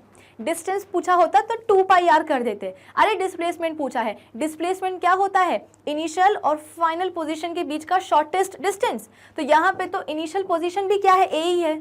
ए से ही जर्नी शुरू करी थी एथलीट ने और घूम करके वो वापस कहाँ आया है, ए पर ही आया है। यानी कि इनिशियल और फाइनल पॉइंट्स क्या हो चुके हैं, पोजीशंस क्या हो चुकी हैं, सेम हो चुकी हैं। इसका मतलब क्या कि एक कंप्लीट चक्कर में एथलीट का जो डिस्प्लेसमेंट है वो कैसा रहा होगा, 0 रहा होगा। इसके अलावा यहाँ पे तो अभी केवल एक ही चक्कर काटा है। हमारे एथलीट ने टोटल कितने चक्कर काटे हैं, 140 सेकेंड्स में 3.5 चक्कर काटे हैं, ठीक है। तो एक चक्कर में डिस्प्लेसमेंट 0। दूसरे चक्कर में क्या होगा, दूसरे चक्कर में भी डिस्प्लेसमेंट 0 ही होने वाला है। क्यों, क्योंकि वो घूम के दोबारा ए पर ही पहुंचेगा। तीसरे चक्कर में भी क्या होने वाला है, डिस्प्लेसमेंट 0 ही होने वाला है। क्यों, क्योंकि वो घूमकर दोबारा कहाँ पहुंचेगा, अपने इनिशियल पॉइंट पर ही पहुंचेगा। हाँ, लेकिन ये जो 3.5 वाला फंडा है ना, कि एक चक्कर उसने कंप्लीट नहीं करा है, एक आधा ही चक्कर उसने काटा है। तो सपोज वो पॉइंट ए से, मतलब 3 चक्करों में तो डिस्प्लेसमेंट 0 हुआ, अब बचे हुए आधे चक्कर की बात करते हैं। तो वो पॉइंट ए से उसने अपनी जर्नी शुरू करी थी, पॉइंट ए से उसने अपनी जर्नी शुरू करी थी और वो आधा चक्कर काटने के बाद कहाँ पहुंच गया है, पॉइंट बी पे पहुंच गया है। ए से शुरू करी थी और कहाँ पहुंचा, वो पॉइंट बी पे पहुंचा। पूरा चक्कर नहीं काटा है, आधा चक्कर ही काटा है। तो आधा चक्कर काटने के बाद हुआ क्या, जो एथलीट है वो अपने सर्कुलर पाथ के डायगोनली अपोजिट साइड में पहुंच चुका है ना। ए से बी तक अगर आप एक लंबी लाइन बना दो तो ये क्या बन जाएगा, सर्कुलर पाथ का डायामीटर बन जाएगा, है कि नहीं। तो कुल मिलाकर के अब आपको क्या करना है, इस आधे चक्कर में जो डिस्प्लेसमेंट है वो निकालना है। 3 पूरे चक्कर में डिस्प्लेसमेंट 0 है, आधे चक्कर में डिस्प्लेसमेंट कैसा होगा, कितना होगा, कैसे निकालेंगे। तो इनिशियल पोजीशन क्या है ए, फाइनल पोजीशन क्या है एथलीट की बी। तो ए और बी के बीच में जो शॉर्टेस्ट डिस्टेंस है वो क्या बन चुका है, सर्कुलर पाथ का डायामीटर बन चुका है। रेडियस दिया गया ना आपको सर्कुलर, अच्छा आपको सिंपल डायामीटर ही दिया गया है सर्कुलर पाथ का। तो डायमीटर कितना है, 200 मीटर है। यानी कि आप बोल सकते हो कि 3.5 चक्करों के बाद या 2 मिनट्स 20 सेकेंड्स के टाइम के बाद जो एथलीट का डिस्प्लेसमेंट है वो कितना रहा होगा, 200 मीटर ही रहा होगा। क्योंकि 140 सेकेंड्स या 2 मिनट 20 सेकेंड्स में हमारे एथलीट ने नंबर ऑफ राउंड्स कितने लिए हैं, 3.5 लिए हैं। तो 3 पूरे चक्कर और 1 आधा चक्कर। तो 3 पूरे चक्कर में डिस्प्लेसमेंट विल बी 0 और 1 आधा चक्कर में जो एथलीट है वो अपने सर्कुलर पाथ के कहाँ पहुंच जाएगा, डायगोनली अपोजिट पॉइंट पे पहुंच जाएगा। तो यहाँ पे ए से लेकर के बी तक का जो डिस्टेंस है वो क्या होगा, सर्कुलर पाथ का डायामीटर ही होगा, जो कि कितना दिया गया है, 200 मीटर। तो after this much time athlete का जो डिस्प्लेसमेंट है विल बी 200 मीटर्स। आई बात समझ में। तो इस सवाल का सही जवाब क्या होगा, ऑप्शन बी 200 मीटर्स। अच्छा एक बात बताओ, इसी में अगर आपसे पूछा जाता कि डिस्टेंस बता दो, अभी यहाँ पे आपको डिस्प्लेसमेंट पूछा गया है ना इतने टाइम के बाद, अब आप मुझे बताओ कि डिस्टेंस हम कैसे कैलकुलेट करेंगे। तो एक चक्कर में उसको आप बोल सकते हो कि उसने डिस्टेंस कितना कवर किया है। तो डिस्टेंस कवर करने के लिए हम क्या करेंगे, 2 पाई आर लिख देंगे। 2 इंटू पाई, थोड़ी सी स्पेस चाहिए है, ठीक है, 2 into pi into r. R कितना है अपना, 100 हो जाएगा। भाई डायामीटर कितना है अपना, 200 है ना, तो रेडियस कितना हो जाएगा, 100 मीटर हो जाएगा। ठीक है, ये क्या हुआ, ये हुआ एक राउंड में डिस्टेंस कवर्ड। 3.5 राउंड्स में डिस्टेंस कवर्ड कितना होगा, तो 3.5 इंटू एक्स। एक्स को यहाँ ले जाओ, इसको यहाँ ले जाओ, तो कितना हो जाएगा, x फाइनली कितनी, मतलब x की जो वैल्यू है कितनी आ जाएगी, 2 into 22/7 into radius into 3.5। Decimal हटाओ, नीचे एक आ गया 0, नीचे का 0 ऊपर के एक 0 से कट जाएगा। 7 5 जा कितना होता है, 35 होता है। तो ये कितना हो जाएगा, 5 2 जा 10, यानी कि ये होने वाला है x is equal to 2200 metre. तो after this much time displacement होगा एथलीट का कितना, 200 मीटर, और डिस्टेंस कितना होगा, 2200 मीटर। 2200 मीटर होगा ना, 5 2 जा 10, 10 इंटू 22 2200, हाँ ठीक है, ठीक है। तो कुछ इस तरीके से, वैसे तो सवाल में पूछा नहीं गया है डिस्टेंस के बारे में, लेकिन पूछ सकता है, यू नेवर नो कि क्या आ जाए आपके एग्जाम में। तो डिस्टेंस हमने ऐसे निकाली, डिस्प्लेसमेंट हमने ऐसे निकाल लिया। आगे बढ़ जाते हैं हम। आगे क्या है, the distance travelled by a particle starting from rest and moving with an acceleration of this much in the 3rd second is. अच्छा, अब यहाँ पे जैसे ही आप बात करोगे किसकी, मतलब एक ऑब्जेक्ट है, पार्टिकल है, जो कि डिस्टेंस जो है ना कवर कर रहा है। द डिस्टेंस कवर्ड या travelled bye a particle starting from rest, यानी कि जो उसकी इनिशियल वेलोसिटी है वो कितनी है, डेफिनेटली 0 है। फिर इसके बाद में एक्सेलरेशन कितना आया है उसके मोशन में, 4/3 मीटर पर सेकेंड स्क्वायर आया है। और आपसे पूछा गया है कि 3rd सेकेंड में उसने कितना डिस्टेंस कवर किया होगा।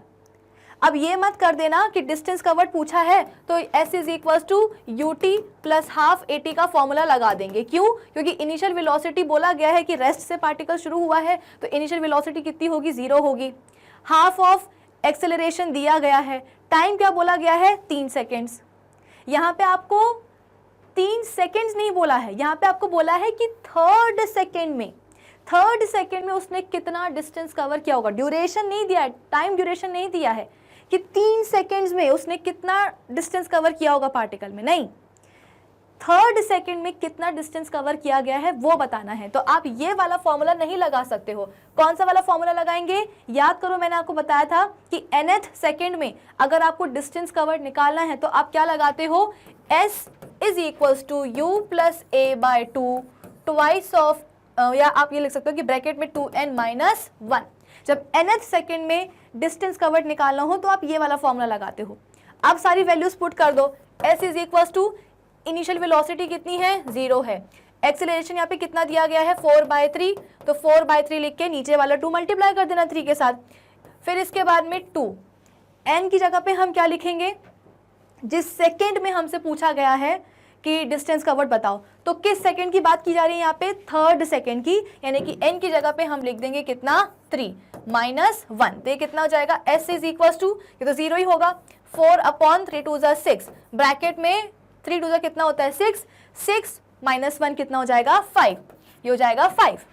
आई बात समझ में। फिर इसके बाद में क्या करेंगे, s इज इक्वल टू 4/6 × 5, 2 से जाएगा क्या, बिल्कुल जाएगा, 2 2 = 4, 2 3 = 6, 5 2 कितना होता है 10, तो s is equal to 10/3 metres. तो तीसरे सेकंड में, 3rd सेकंड में डिस्टेंस कवर्ड कितना होगा बाय द पार्टिकल, 10/3 मीटर्स। क्या कोई ऑप्शन है, बिल्कुल है, ऑप्शन सी। आई बात समझ में। तो ये वाला फॉर्मूला अब आपको समझ में आया होगा कि हम कब लगाते हैं, जब nth सेकंड में पूछा जाए कि डिस्टेंस कितना कवर किया गया है nth सेकंड में। ये नहीं कि 3rd सेकंड लिखा है तो आपने शुरुआत के जो 3 सेकंड्स हैं उसमें पार्टिकल ने जो भी डिस्टेंस कवर किया है वो निकाल दोगे, नहीं, 3rd सेकंड में पूछा गया है, स्पेसिफिकली पूछा गया है कि 3rd सेकंड में कितना डिस्टेंस कवर किया गया है, तो ये वाला फॉर्मूला आप लगाओगे nth सेकंड के लिए कि s is equal to u + a/2, bracket में 2n - 1, n की जगह पे आप क्या रखते हो, जिस सेकंड के बारे में आपसे पूछा गया है कि इस सेकंड में बताइए कि डिस्टेंस कवर्ड कितना होगा। तो वीडियो को पॉज करके स्क्रीनशॉट ले लीजिएगा, मैं आगे बढ़ रही हूँ। आगे हमारे पास क्या है, एक और क्वेश्चन कि a ball is projected upwards with velocity of 100 metre per second, find the speed of the ball at half the maximum height. अच्छा, हुआ क्या कि एक बॉल को आपने ऊपर की तरफ फेंका है, ऊपर की तरफ फेंका है, ठीक है, और ये समझ लो क्या है, हमारे ऑब्जेक्ट की मैक्सिमम हाइट है। मैक्सिमम हाइट कितनी हो गई है, h हो चुकी है। मैक्सिमम हाइट पे पहुंचने के बाद हम सबको पता है कि वेलोसिटी कितनी हो जाती है, 0 हो जाती है। इनिशियली कितनी वेलोसिटी के साथ ऑब्जेक्ट को फेंका गया है, तो u is equal to 100 metre per second. अब बोला गया है कि आपको बताना है कि half of the maximum height पे ऑब्जेक्ट की जो वेलोसिटी है वो कितनी है। इनिशियली पता है आपको वेलोसिटी है 100 metre per second, maximum height पे पहुंचने के बाद आपको पता है कि वेलोसिटी कितनी हो जाएगी, 0 हो जाएगी। लेकिन आपसे पूछा गया है कि इस मैक्सिमम हाइट के हाफ हाइट पर, मैक्सिमम हाइट कितनी है आपकी, h है, तो इस मैक्सिमम हाइट के हाफ हाइट तक, सपोज यहाँ तक पॉइंट A तक या पॉइंट A पर ऑब्जेक्ट की वेलोसिटी कितनी होगी। तो सबसे पहले तो हम ये पता करते हैं कि आखिर ये मैक्सिमम हाइट है कितनी। कैसे पता करेंगे, 3rd इक्वेशन ऑफ मोशन लगाएंगे for vertical motion, v² - u² is equal to 2gh। v हम सबको पता है कि मैक्सिमम हाइट पे पहुंचने के बाद 0 हो ही जाता है, माइनस अभी हम u की वैल्यू नहीं रख रहे हैं, सिंपल अभी हम u के टर्म्स में ही बात कर रहे हैं, इज इक्वल टू, क्योंकि ऑब्जेक्ट हमारा कहाँ जा रहा है, ऊपर जा रहा है, तो एक्सेलरेशन ड्यू टू ग्रेविटी जो है वो हम कैसा लेंगे, नेगेटिव लेंगे, तो -g × h कितना हो जाएगा, -u² is equal to -2gh। Minus से माइनस कट जाएगा, बचेगा कितना, h is equal to u²/2g। ये आपका क्या आ चुका है, ये आ चुकी है मैक्सिमम हाइट, पार्टिकल की मैक्सिमम हाइट। अब हमसे पूछा गया है कि इस मैक्सिमम हाइट के आधे पर वेलोसिटी कितनी होगी। तो मैक्सिमम हाइट इतनी है, तो मैक्सिमम हाइट का आधा कितना हो जाएगा, आधे के लिए आप क्या करो, डिवाइड कर दो 2 से, तो ये कितना हो जाएगा, ये हो जाएगा h is equal to u²/4g, है ना। मैक्सिमम हाइट का आधा पूछा है ना, तो मैक्सिमम हाइट का आधा कितना हो जाएगा, हाफ कर दो, डिवाइड कर दो 2 के साथ, तो कितना हो जाएगा, h is equal to u²/4g। आई बात समझ में। तो यहाँ पे आप बोल सकते हो कि ये कौन सी हाइट है, h' इसको हम बोल देते हैं। h' मतलब क्या, कि मैक्सिमम हाइट की आधी वाली हाइट। अब इस हाइट पे हम देखते हैं कि वेलोसिटी कितनी होगी, तो उसके लिए हम क्या करेंगे, मान लेते हैं कि मैक्सिमम हाइट की आधी हाइट पे जो वेलोसिटी है वो कितनी है, इसको मैं रफ कर देती हूँ, v' है, कितनी है, v' है। तो फिर से हम लगाएंगे क्या, 3rd इक्वेशन ऑफ मोशन, तो v' का square -u² is equal to 2gh। हमें v' का स्क्वायर ही निकालना है, यानी कि आधी मैक्सिमम हाइट पे वेलोसिटी कितनी है हमें वो निकालनी है, माइनस इनिशियल वेलोसिटी हम सबको पता है कि कितनी थी, 0 ही थी, ठीक है, इज इक्वल टू 2g हम सबको पता है कि ऑब्जेक्ट ऊपर जा रहा है तो g हम कैसा लेंगे, नेगेटिव ही लेंगे। h की जगह पे हम क्या रख देंगे, h की जगह पे हम रखेंगे ये वाली वैल्यू, ये वाली वैल्यू कितनी है ये, तो आप बोल सकते हो कि अच्छा सॉरी, इनिशियल वेलोसिटी जीरो कैसे हो गई, नहीं इनिशियल वेलोसिटी जीरो थोड़ी होगी, v डैश स्क्वायर हमें पता करना है, इनिशियल वेलोसिटी तो हमारी 100 मीटर पर सेकेंड होगी, तो अभी के लिए हम वैल्यू नहीं लिखते हैं, बाद में लिख देंगे, ठीक है। तो वेरी सॉरी, इनिशियल वेलोसिटी अपनी जीरो नहीं होगी, यू स्क्वायर ही होगी। 2g और h की जगह पे हम क्या लिख देंगे, ये h डैश क्या है भाई, h डैश हम बोल रहे हैं कि मैक्सिमम हाइट की आधी हाइट है, तो मैक्सिमम हाइट की आधी हाइट पे हम क्या कर रहे हैं, वेलोसिटी निकाल रहे हैं, v डैश निकाल रहे हैं, तो h डैश की जगह पे हम क्या रख देंगे, ये रख देंगे, तो u स्क्वायर बाय 4g रख देंगे, ठीक है।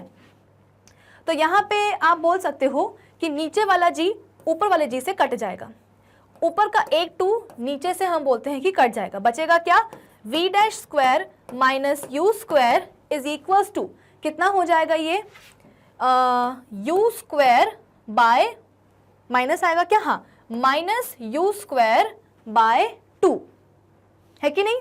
इसको पूरे को जब हम सॉल्व करेंगे तो कितना आएगा, v dash square minus u square is equals to minus u square by 2। अब क्या करेंगे, u को आप यहाँ ले जाओ तो उसका जो साइन है वो चेंज हो जाएगा, तो minus u square by 2 plus u square, तो कितना हो जाएगा, v dash square is equals to ऊपर जाएगा ये, तो minus u square plus 2u square by 2, तो कितना हो जाएगा ये, minus u square plus 2u square, तो ये हो जाएगा u स्क्वायर बाय 2।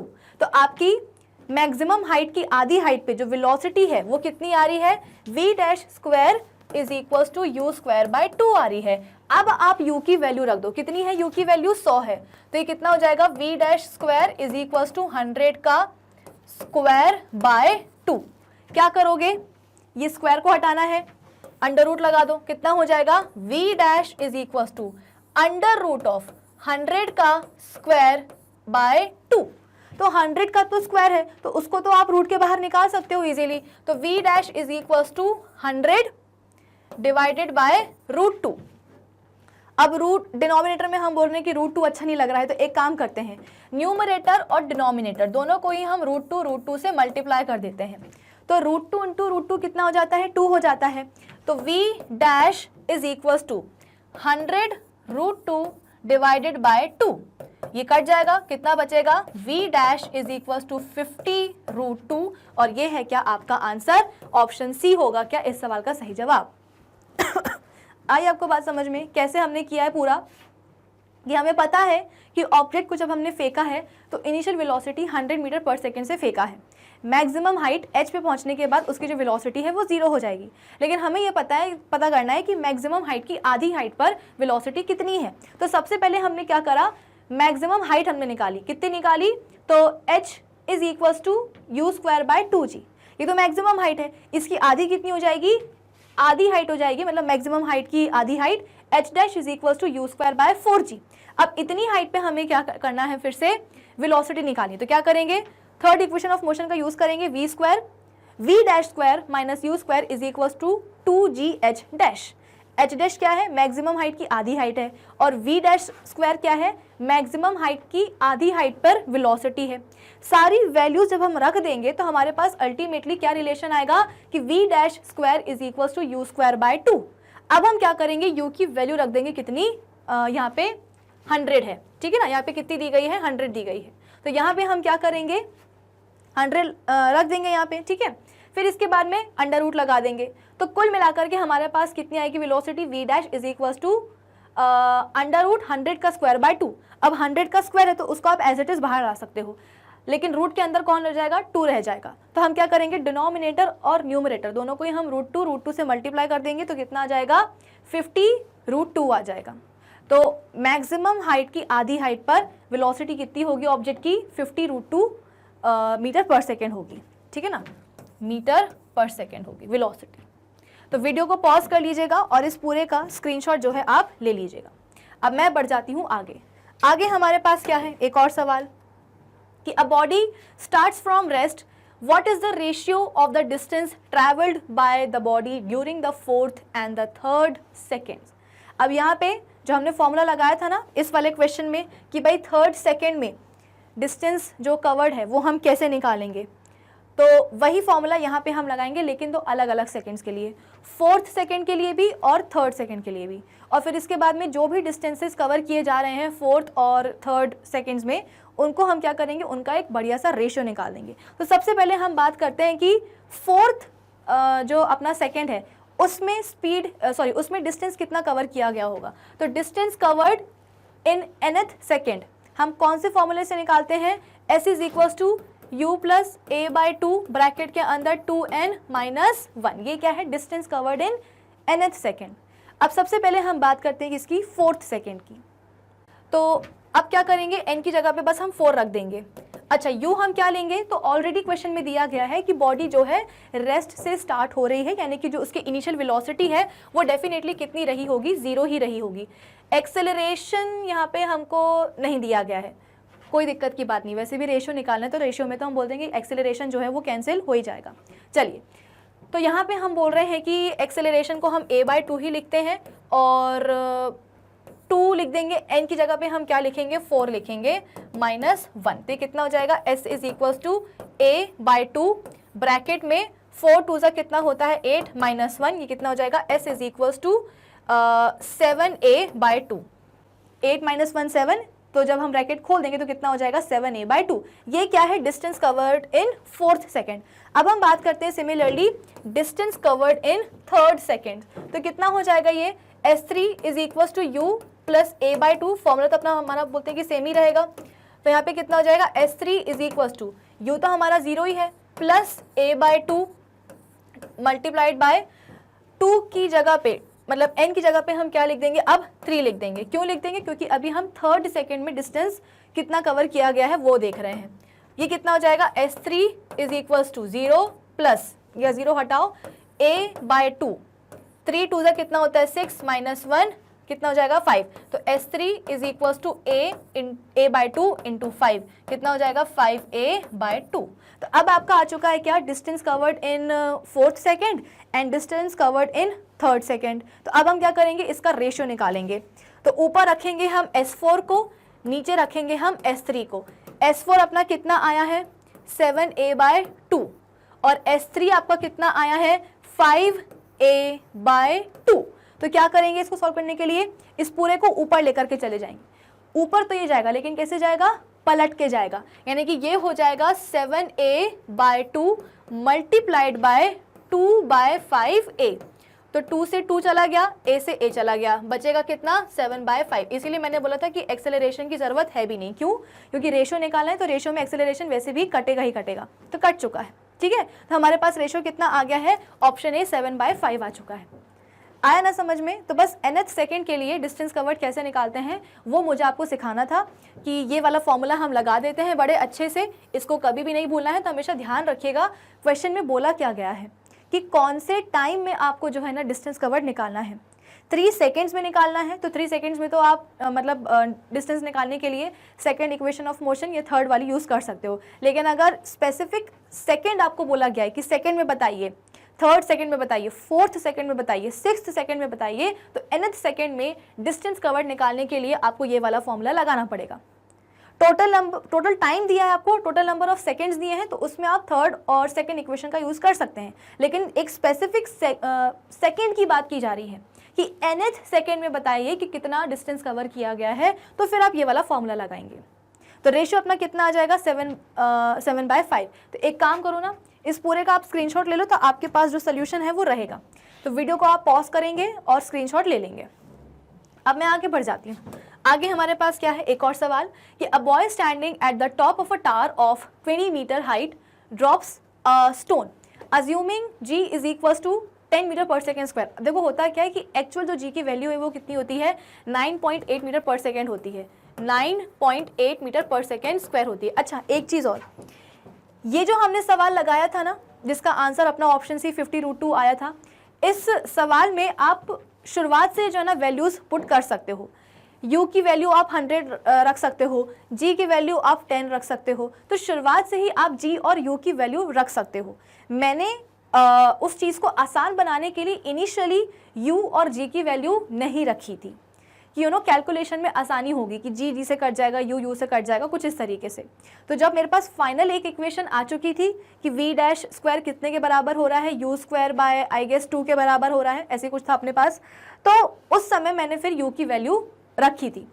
तो आप शुरुआत से ही जो है यू और जी की वैल्यू भी रख सकते हो अगर आपको वैसे आसान पड़ता है तो ऐसा नहीं है कि जैसे मैंने बताया वैसे आप कर सकते हो, नहीं, शुरुआत में ही आप यू और जी की वैल्यू रख सकते हो। तो जी की वैल्यू वैसे कितनी होती है, 9.8 मीटर पर सेकेंड स्क्वायर होती है, लेकिन कैलकुलेशन को आसान बनाने के लिए सवाल में जो है ना अगर दिया हो कि जी क्या ले लो आप 10 मीटर पर सेकेंड स्क्वायर ले लो, तो फिर आप वो ले लीजिएगा, ठीक है। जैसे कि इस सवाल में बोला गया है कि जी की वैल्यू कितनी लेने को बोली है, यहाँ पे 10 मीटर पर सेकेंड स्क्वायर लेने को बोली है। तो हुआ क्या कि एक बॉय है जो कि एक टावर के टॉप पे खड़ा है और वहाँ से एक स्टोन को फेंकता है। हाइट कितनी है टावर की, 20 मीटर्स है, यानी कि आप बोल सकते हो कि 20 मीटर्स की हाइट पे एक लड़का खड़ा है और वो क्या कर रहा है, एक पत्थर को फेंक रहा है। जी को हमें कितना लेना है, 10 मीटर पर सेकेंड स्क्वायर लेना है। The velocity with which it hits the ground is, कितनी वेलोसिटी के साथ वो जो स्टोन है वो ग्राउंड को हिट करेगा, कैसे निकालेंगे, थर्ड इक्वेशन ऑफ मोशन का आप यूज कर सकते हो। तो v square minus u square is equal to 2as। हम सबको पता है कि जब किसी ऑब्जेक्ट को हम ऊपर से नीचे फेंकते हैं, थ्रो करते हैं, तो इनिशियल वेलोसिटी कितनी होती है, 0 होती है। नीचे से ऊपर फेंक रहे हैं तो फाइनल वेलोसिटी कितनी होगी, 0। लेकिन जब हम नीचे से ऊपर फेंकते हैं, सॉरी ऊपर से नीचे फेंकते हैं, ठीक है, तो जो वेलोसिटी है, इनिशियल वेलोसिटी, वो कितनी होती है, 0। ऊपर से हम किसी चीज़ को नीचे फेंक रहे हैं तो इनिशियल वेलोसिटी कितनी हो जाएगी, यहाँ पे 0 हो जाएगी। हमें वी स्क्वायर ही निकालना है, यानी कि हमें वी ही निकालना है। वी क्या है, ये वो वेलोसिटी है, स्टोन की फाइनल वेलोसिटी है जिसके साथ वो जाकर के ग्राउंड को हिट करने वाला है। तो वी हमें निकालना है। यू हमें पता है कि 0 हो जाएगा, क्यों, क्योंकि ऑब्जेक्ट को, जो स्टोन है हमारा, उसको हमने ऊपर से नीचे फेंका है। इसके अलावा ए की जगह पे हम क्या रख देंगे, जी रख देंगे, क्यों, क्योंकि ये वर्टिकल मोशन हो रहा है। और एस की जगह पे हम क्या रख देंगे, एच रख देंगे। तो ए की जगह पे हम जी रखेंगे और जी की वैल्यू यहाँ पे हमको बोली गई है सवाल में कि आप कितनी लो, 10 ले लो। क्या -10 लेंगे जी, नहीं, क्यों, क्योंकि यहाँ पे जो ऑब्जेक्ट का मोशन है वो कैसा हो रहा है, एक्सेलरेशन ड्यू टू ग्रेविटी के डायरेक्शन में ही हो रहा है ना। आप खुद ही सोचो ना, इनिशियल वेलोसिटी कितनी हो रही है ऑब्जेक्ट की, 0 हो रही है, स्टोन की 0 हो गई है। जब वो ग्राउंड को हिट करेगा तो किसी न किसी वेलोसिटी के साथ ही हिट करेगा, यानी कि इनिशियल वेलोसिटी कैसी है, छोटी है फाइनल वेलोसिटी से, तो एक्सेलरेशन क्या होगा, पॉजिटिव ही आएगा। और वैसे भी जब ऑब्जेक्ट का motion acceleration due to gravity के अलोंग ही होता है तो फिर क्या लेते हैं हम, जी को पॉजिटिव ही लेते हैं। तो यहाँ पे जी की वैल्यू हमने रख दी है कितनी, positive 10 metre per second square. इसके अलावा एच को हम रिप्लेस करेंगे, एस को रिप्लेस करेंगे एच के साथ। हाइट हमको दी गई है कि स्टोन कितने हाइट से फेंका गया है, 20 मीटर की हाइट से, तो यहाँ हम रख देंगे कितना, 20। तो ये कितना हो जाएगा, v square is equals to 2 × 10 × 20। तो ये कितना हो जाएगा, 2 2 ज़ा 4, 2 2 ज़ा 4 और इसके बाद में 2 0। तो वी स्क्वायर हटाओ, अंडर रूट लगा दो, कितना हो जाएगा ये, 400 हो जाएगा।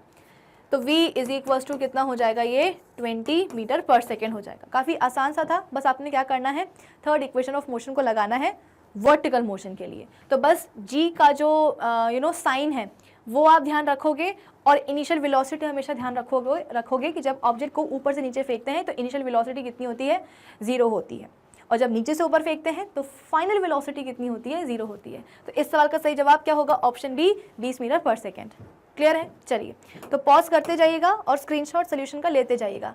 नेक्स्ट क्वेश्चन क्या है कि a ball is thrown vertically upwards, it has a speed of 10 metre per second when it has reached 1/2 of its maximum height, how high does the ball rise. अब हुआ क्या कि एक बॉल को हमने नीचे से ऊपर फेंका है, तो हम सबको पता है कि एक h हाइट को, मैक्सिमम हाइट को कवर करने के बाद में जो वेलोसिटी है वो कितनी हो जाएगी, 0 हो जाएगी, और किसी ना किसी इनिशियल वेलोसिटी से हमने फेंका ही होगा। लेकिन ये जो सवाल में हमको दिया गया है 10 मीटर पर सेकेंड, ये 10 metre per second initial velocity नहीं है। तो फिर आप बोलोगे कि मैम ये वेलोसिटी है कौन सी, तो सीधी सी बात है, यहाँ पे बोला गया है कि जब एक बॉल अपनी मैक्सिमम हाइट की आधी हाइट पे पहुंचेगी तब जा करके जो उसकी वेलोसिटी है वो कितनी होगी, 10 मीटर पर सेकेंड होगी। यानी कि अगर बॉल को आपने फेंका है कहाँ से, पॉइंट ओ से, उसको जाना है कहाँ, पॉइंट बी पर। कहाँ जाना है, पॉइंट बी पे जाना है। क्यों, क्योंकि ओ से लेकर के बी तक क्या है, उस बॉल की मैक्सिमम हाइट है जो कि वो अचीव करेगी, अटेन करेगी। या कवर करेगी। तो बॉल को आपने फेंका है ओ से, वो गई कहाँ, बी तक। ओ से बी तक हाइट कितनी हो गई, मैक्सिमम हाइट h हो गई। तो इस मैक्सिमम हाइट का आधा मतलब कि पॉइंट ए पे जो बॉल की वेलोसिटी है वो दी गई है कितनी, 10 मीटर पर सेकेंड। तो कंफ्यूज मत होना, ये इनिशियल वेलोसिटी नहीं है। जब बॉल अपनी मैक्सिमम हाइट की आधी हाइट पे पहुंचेगी, पॉइंट ए पे पहुंचेगी, तब की वेलोसिटी दी गई है कितनी, 10 मीटर पर सेकेंड। तो आपको पूछा क्या है कि आपको बॉल की हाइट ही निकालनी, यानी कि सॉरी, बॉल कितनी हाइट कवर करेगी, ये जो h है ना, ये h ही आपको निकालना है। तो कैसे निकालेंगे, हम बात करेंगे किसकी, a से लेकर के b तक पोर्शन की। ए बी पोर्शन की हम बात करने वाले हैं, ओ ए या ओ बी की हम बात करेंगे ही नहीं। क्यों नहीं करेंगे, क्योंकि हमें इनिशियल वेलोसिटी पॉइंट ओ से आपने जिस बॉल को ऊपर की तरफ फेंका है, तो इनिशियल वेलोसिटी तो दी ही नहीं गई है। तो फिर आप वहां पे कैलकुलेट करोगे कैसे, इनिशियल वेलोसिटी आपको नहीं दी गई है। मैक्सिमम हाइट की आधी हाइट पे जो वेलोसिटी दी गई है उसको हम लेकर के चलते हैं। कैसे, तो हम बात करेंगे for A B portion, for A B. तो ए बी में हम बोल रहे हैं कि फाइनल वेलोसिटी कितनी हो गई है भाई, इस वाले पोर्शन की अगर हम बात करें तो ए बी पोर्शन के लिए जो फाइनल वेलोसिटी है वो कितनी है, 0 है। तो v square minus u square is equal to 2gh का फॉर्मूला ही हम लगाएंगे। तो ए बी पोर्शन के लिए जो फाइनल वेलोसिटी है वो कितनी है, 0 है। और ए बी पोर्शन के लिए इनिशियल वेलोसिटी कितनी है, 10 मीटर पर सेकेंड है।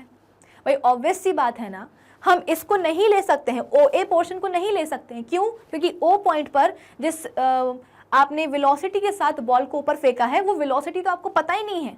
हम अभी बात कर रहे हैं सिर्फ ए बी पोर्शन की। ए बी पोर्शन क्या है, बॉल की मैक्सिमम हाइट की आधी हाइट है। तो उस मैक्सिमम हाइट की आधी हाइट में हम क्या कर रहे हैं, थर्ड इक्वेशन ऑफ मोशन लगा रहे हैं कि भाई अल्टीमेटली जो फाइनल वेलोसिटी है वो कितनी होने वाली, 0 होने वाली है। और ए पॉइंट पर वेलोसिटी कितनी है बॉल की, जो कि सवाल में दिया गया है, 10 मीटर पर सेकेंड है। तो इसका हम स्क्वायर कर देंगे, इज इक्वल टू 2 इंटू, अब क्योंकि बॉल हम बोल रहे हैं कि ऊपर जा रही है, बॉल हम बोल रहे हैं कि ऊपर जा रही है, तो हम जी की वैल्यू कितनी लेंगे, -10 लेंगे, इनटू h यहाँ पे आपको जो हाइट है। अच्छा, ये जो हाइट है ये कौन सी वाली हाइट होगी भाई, अगर हम ए बी पोर्शन की बात कर रहे हैं तो ए बी पोर्शन क्या है, मैक्सिमम हाइट की, बॉल की मैक्सिमम हाइट की आधी हाइट है। तो यहाँ पे हम क्या करेंगे, h/2 लेंगे। भाई यहाँ से लेकर के यहाँ तक बॉल जो है ओ से लेकर के जब बी तक जाएगी तो h हाइट कवर करेगी, जब बॉल ओ से बी तक जाएगी तो h हाइट कवर करेगी, जब वो ओ से ए जाएगी तो वो h/2 हाइट कवर करेगी, और जब वो ए टू बी जाएगी तो कितनी हाइट कवर करेगी, h/2। तो टोटल हाइट कितनी हो गई है, h हो गई है। ओ से ए तक की हाइट कितनी हो गई है, h/2। ए से बी तक की हाइट कितनी हो चुकी है, h/2। तो यहाँ पे हम कर क्या रहे हैं, ए बी के लिए ही तो हम पूरी इक्वेशन लगा रहे हैं ना। तो ए बी आप बोल सकते हो कि इस ए बी पार्ट में या इस ए बी हिस्से में हाइट कितनी बॉल अचीव कर रही है, तो h/2 कर रही है। अब इसको सॉल्व करो, कितना हो जाएगा, ये तो 0 ही रहेगा। 10 का स्क्वायर कितना हो जाएगा भाई, 100 हो जाएगा, is equal to 2 into -10 into h/2। तो एक 0 से 0 कट जाएगा, ये 2 से ये 2 कट जाएगा, इस नेगेटिव से ये वाला नेगेटिव कट जाएगा, तो बचेगा क्या, h is equal to 10 metres, यानी कि हमारी जो बॉल है ना वो 10 मीटर की हाइट पे जाएगी। कौन सा ऑप्शन चूज करेंगे हम, ऑप्शन ए।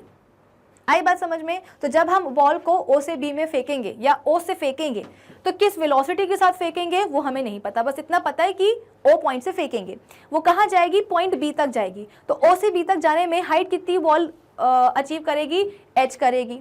हमें बोला गया है कि इस मैक्सिमम हाइट के आधे पॉइंट पे ऑब्जेक्ट की जो वेलोसिटी है वो कितनी दी गई है, 10 मीटर पर सेकेंड दी गई है। तो हम मान लेते हैं कि पॉइंट ए क्या है, पॉइंट ए मैक्सिमम हाइट का आधी हाइट वाला पॉइंट है। तो ए पे वेलोसिटी कितनी है, 10 मीटर पर सेकेंड है। तो ओ से ए तक जाने में हाइट, भाई ओ से बी तक की हाइट कितनी है, h है। ए कहाँ आ रहा है, ओ ए के बीच में, सॉरी ए कहाँ आ रहा है, ओ बी के बीच में आ रहा है, ये मिड पॉइंट है। तो ओ से लेकर के ए तक कितनी हाइट कवर की जाएगी, h/2। ए से लेकर के बी तक कितनी कवर करी जाएगी, h/2। हम क्या कर रहे हैं, हम ए बी पोर्शन के लिए थर्ड इक्वेशन ऑफ मोशन लगा रहे हैं। तो अल्टीमेटली जो वेलोसिटी है वो 0 होगी। ए बी पोर्शन में हमें पता है कि इनिशियल वेलोसिटी कितनी है eight point A, 10 metre per second है। तो वहाँ पे हमने क्या करा है, इनिशियल वेलोसिटी को लिया है 10 मीटर पर सेकेंड। इसके अलावा यहाँ पे हम हाइट क्या लेंगे, h/2 लेंगे। तो कुल मिलाकर के पूरा काट कूट के आपके पास हाइट कितने आने वाली है, 10 मीटर्स आने वाली है। तो इस सवाल का सही जवाब क्या होगा, ऑप्शन ए। आगे बढ़ जाएं, चलिए, कि a stone tied to a string is whirled in a circle as it is revolving the rope suddenly breaks. अच्छा, तो एक पत्थर है जिसको कि एक स्ट्रिंग से या एक रोप से बांध करके क्या किया जा रहा है, ऐसे घुमाया जा रहा है। अचानक से क्या होता है कि जो रोप है वो टूट जाती है, तो क्या होगा, the stone flies of tangentially, the stone moves radially inwards, the stone moves radially outwards, the motion of the stone depends upon its velocity. अगर पत्थर को हम एक रस्सी से बांध करके ऐसे ऐसे घुमा रहे हैं, यानी कि सर्कुलर मोशन में घुमा रहे हैं, तो अगर रस्सी गलती से टूट जाती है तो जो पत्थर है वो उड़ के कहाँ जाएगा, तो मेरे हिसाब से तो वो कहाँ जाने वाला है, टेंजेंशियली फ्लाई करने वाला है। क्यों, मैंने आपको बताया था कि सर्कुलर मोशन में होता क्या है कि स्पीड जो है वो तो कांस्टेंट बनी हो सकती है इन यूनिफॉर्म सर्कुलर मोशन। अब जिस भी समय आपकी जो रस्सी है, पत्थर की जो रस्सी है वो टूटी, तो उस समय उस स्टोन का जो सर्कुलर पाथ होगा, स्टोन जिस भी सर्कुलर पाथ में मूव कर रहा होगा, उस सर्कुलर पाथ में जहां भी जिस भी पॉइंट पे स्टोन प्रेजेंट होगा, उस पॉइंट पे हम क्या करेंगे, एक टेंजेंट ड्रॉ कर देंगे कुछ इस तरीके से। तो इस टेंजेंट के अलोंग ही हम बोलेंगे कि वेलोसिटी का, ऑब्जेक्ट या स्टोन की वेलोसिटी का क्या होगा, डायरेक्शन होगा। एक्सेलरेशन का भी यही डायरेक्शन होगा। तो जैसे ही रस्सी छूटेगी या टूटेगी, जो स्टोन है वो कहाँ जाएगा, टेंजेंट के अलोंग सर्कुलर पाथ से बाहर निकल जाएगा, उड़ जाएगा। आई बात समझ में। तो सर्कुलर पाथ में, ऑब्जेक्ट के सर्कुलर पाथ में हर एक पॉइंट पे ऑब्जेक्ट के मोशन का, वेलोसिटी का, एक्सेलरेशन का जो डायरेक्शन होता है वो कैसे होता है, उस पॉइंट के अबाउट आप क्या करो, एक टेंजेंट ड्रॉ कर दो। टेंजेंट के अलोंग ही क्या होता है, एक्सेलरेशन और वेलोसिटी का डायरेक्शन। तो इस सवाल का सही जवाब क्या होगा, ऑप्शन ए। ना रेडियली अंदर आएगा, ना रेडियली बाहर जाएगा, ना उसकी वेलोसिटी पे उसकी आप बोल सकते हो कि उसका मोशन डिपेंडेंट होगा कि जैसी वेलोसिटी होगी वैसा वो मूव करेगा, नहीं, हमेशा वो टेंजेंशियली ही उड़ के चला जाएगा। चलिए नेक्स्ट क्वेश्चन क्या है कि uniform circular motion is, uniform circular motion क्या होता है, जैसे कि मैंने आपको पहले भी समझाया, मोशन मतलब क्या कि एक ऑब्जेक्ट मूव कर रहा है, सर्कुलर मतलब क्या कि जो ऑब्जेक्ट मूव कर रहा है वो एक सर्कुलर पाथ में मूव कर रहा है, और यूनिफॉर्म का मतलब क्या है कि इस सर्कुलर मोशन में मतलब कि जब एक ऑब्जेक्ट सर्कुलर पाथ में मूव कर रहा है तो उस दौरान जो स्पीड है वो कैसी है, कांस्टेंट है। तो यूनिफॉर्म सर्कुलर मोशन का मतलब होता क्या है, ऑप्शन ए कि motion in which speed very but direction of velocity is constant, यानी कि मोशन, एक ऐसा मोशन जिसमें कि स्पीड चेंज हो रही है लेकिन जो वेलोसिटी का जो डायरेक्शन है वो कैसा है, वो कांस्टेंट है। बिल्कुल भी नहीं, उल्टा बोला गया है भाई, बोला गया है यूनिफॉर्म सर्कुलर मोशन। अगर यहाँ पे सर्कुलर मोशन बोला होता तो शायद मैं मान के चलती कि ऑब्जेक्ट जो है वो सर्कुलर पाथ में मूव कर रहा है और अलग अलग स्पीड के साथ मूव कर रहा है, लेकिन जब यहाँ पे क्लियरली मेंशन किया गया है कि यूनिफॉर्म सर्कुलर मोशन है, इसका मतलब क्या कि सर्कुलर मोशन तो है लेकिन उस मोशन में जो ऑब्जेक्ट की जो स्पीड है वो कैसी है, कांस्टेंट है। तो ये वाला ऑप्शन गलत है। सेकंड क्या है, motion in which speed remains constant but direction of velocity changes, यानी कि एक ऐसा मोशन जिसमें कि जो स्पीड है वो कांस्टेंट है लेकिन जो वेलोसिटी का जो डायरेक्शन है वो क्या हो रहा है, चेंज हो रहा है। ये बिल्कुल सही है ना। मैंने आपको बताया था अभी अभी कि सर्कुलर मोशन में होता क्या है कि ऑब्जेक्ट अगर एक सर्कुलर मोशन में मूव करता है या सर्कुलर पाथ में मूव करता है तो उसकी वेलोसिटी या एक्सेलरेशन का डायरेक्शन क्या होता है, तो सर्कुलर पाथ में वो जिस भी पॉइंट पर है ऑब्जेक्ट, उस पॉइंट पे हम क्या करते हैं, एक टेंजेंट ड्रॉ करते हैं, तो उस टेंजेंट के अलोंग ही क्या हो जाता है, वेलोसिटी का डायरेक्शन हो जाता है। तो आप बोल सकते हो कि सर्कुलर मोशन में हर एक पॉइंट पे जो वेलोसिटी का जो डायरेक्शन है वो क्या हो रहा है, चेंज होता जा रहा है। अगर इस पॉइंट पे है ऑब्जेक्ट तो यहाँ पे हम टेंजेंट ड्रॉ करेंगे तो वेलोसिटी का जो डायरेक्शन होगा वो कैसा होगा, यहाँ होगा। अगर इस पॉइंट पे है ऑब्जेक्ट तो यहाँ पे हम टेंजेंट ड्रॉ करेंगे तो जो वेलोसिटी का जो डायरेक्शन होगा वो कैसा होगा, वो कुछ यहाँ होगा।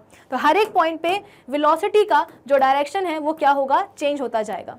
चलिए फिर इसके बाद में तीसरा ऑप्शन क्या है कि motion in which speed constant रहेगी along with the direction of velocity, नहीं, वेलोसिटी का जो डायरेक्शन है वो चेंज होगा। लास्ट ऑप्शन क्या है कि motion in which speed and direction of velocity both changes. तो भाई वेलोसिटी का जो डायरेक्शन है वो तो चेंज हो रहा है लेकिन स्पीड चेंज नहीं हो रही है वेलोसिटी की, ये गलत है।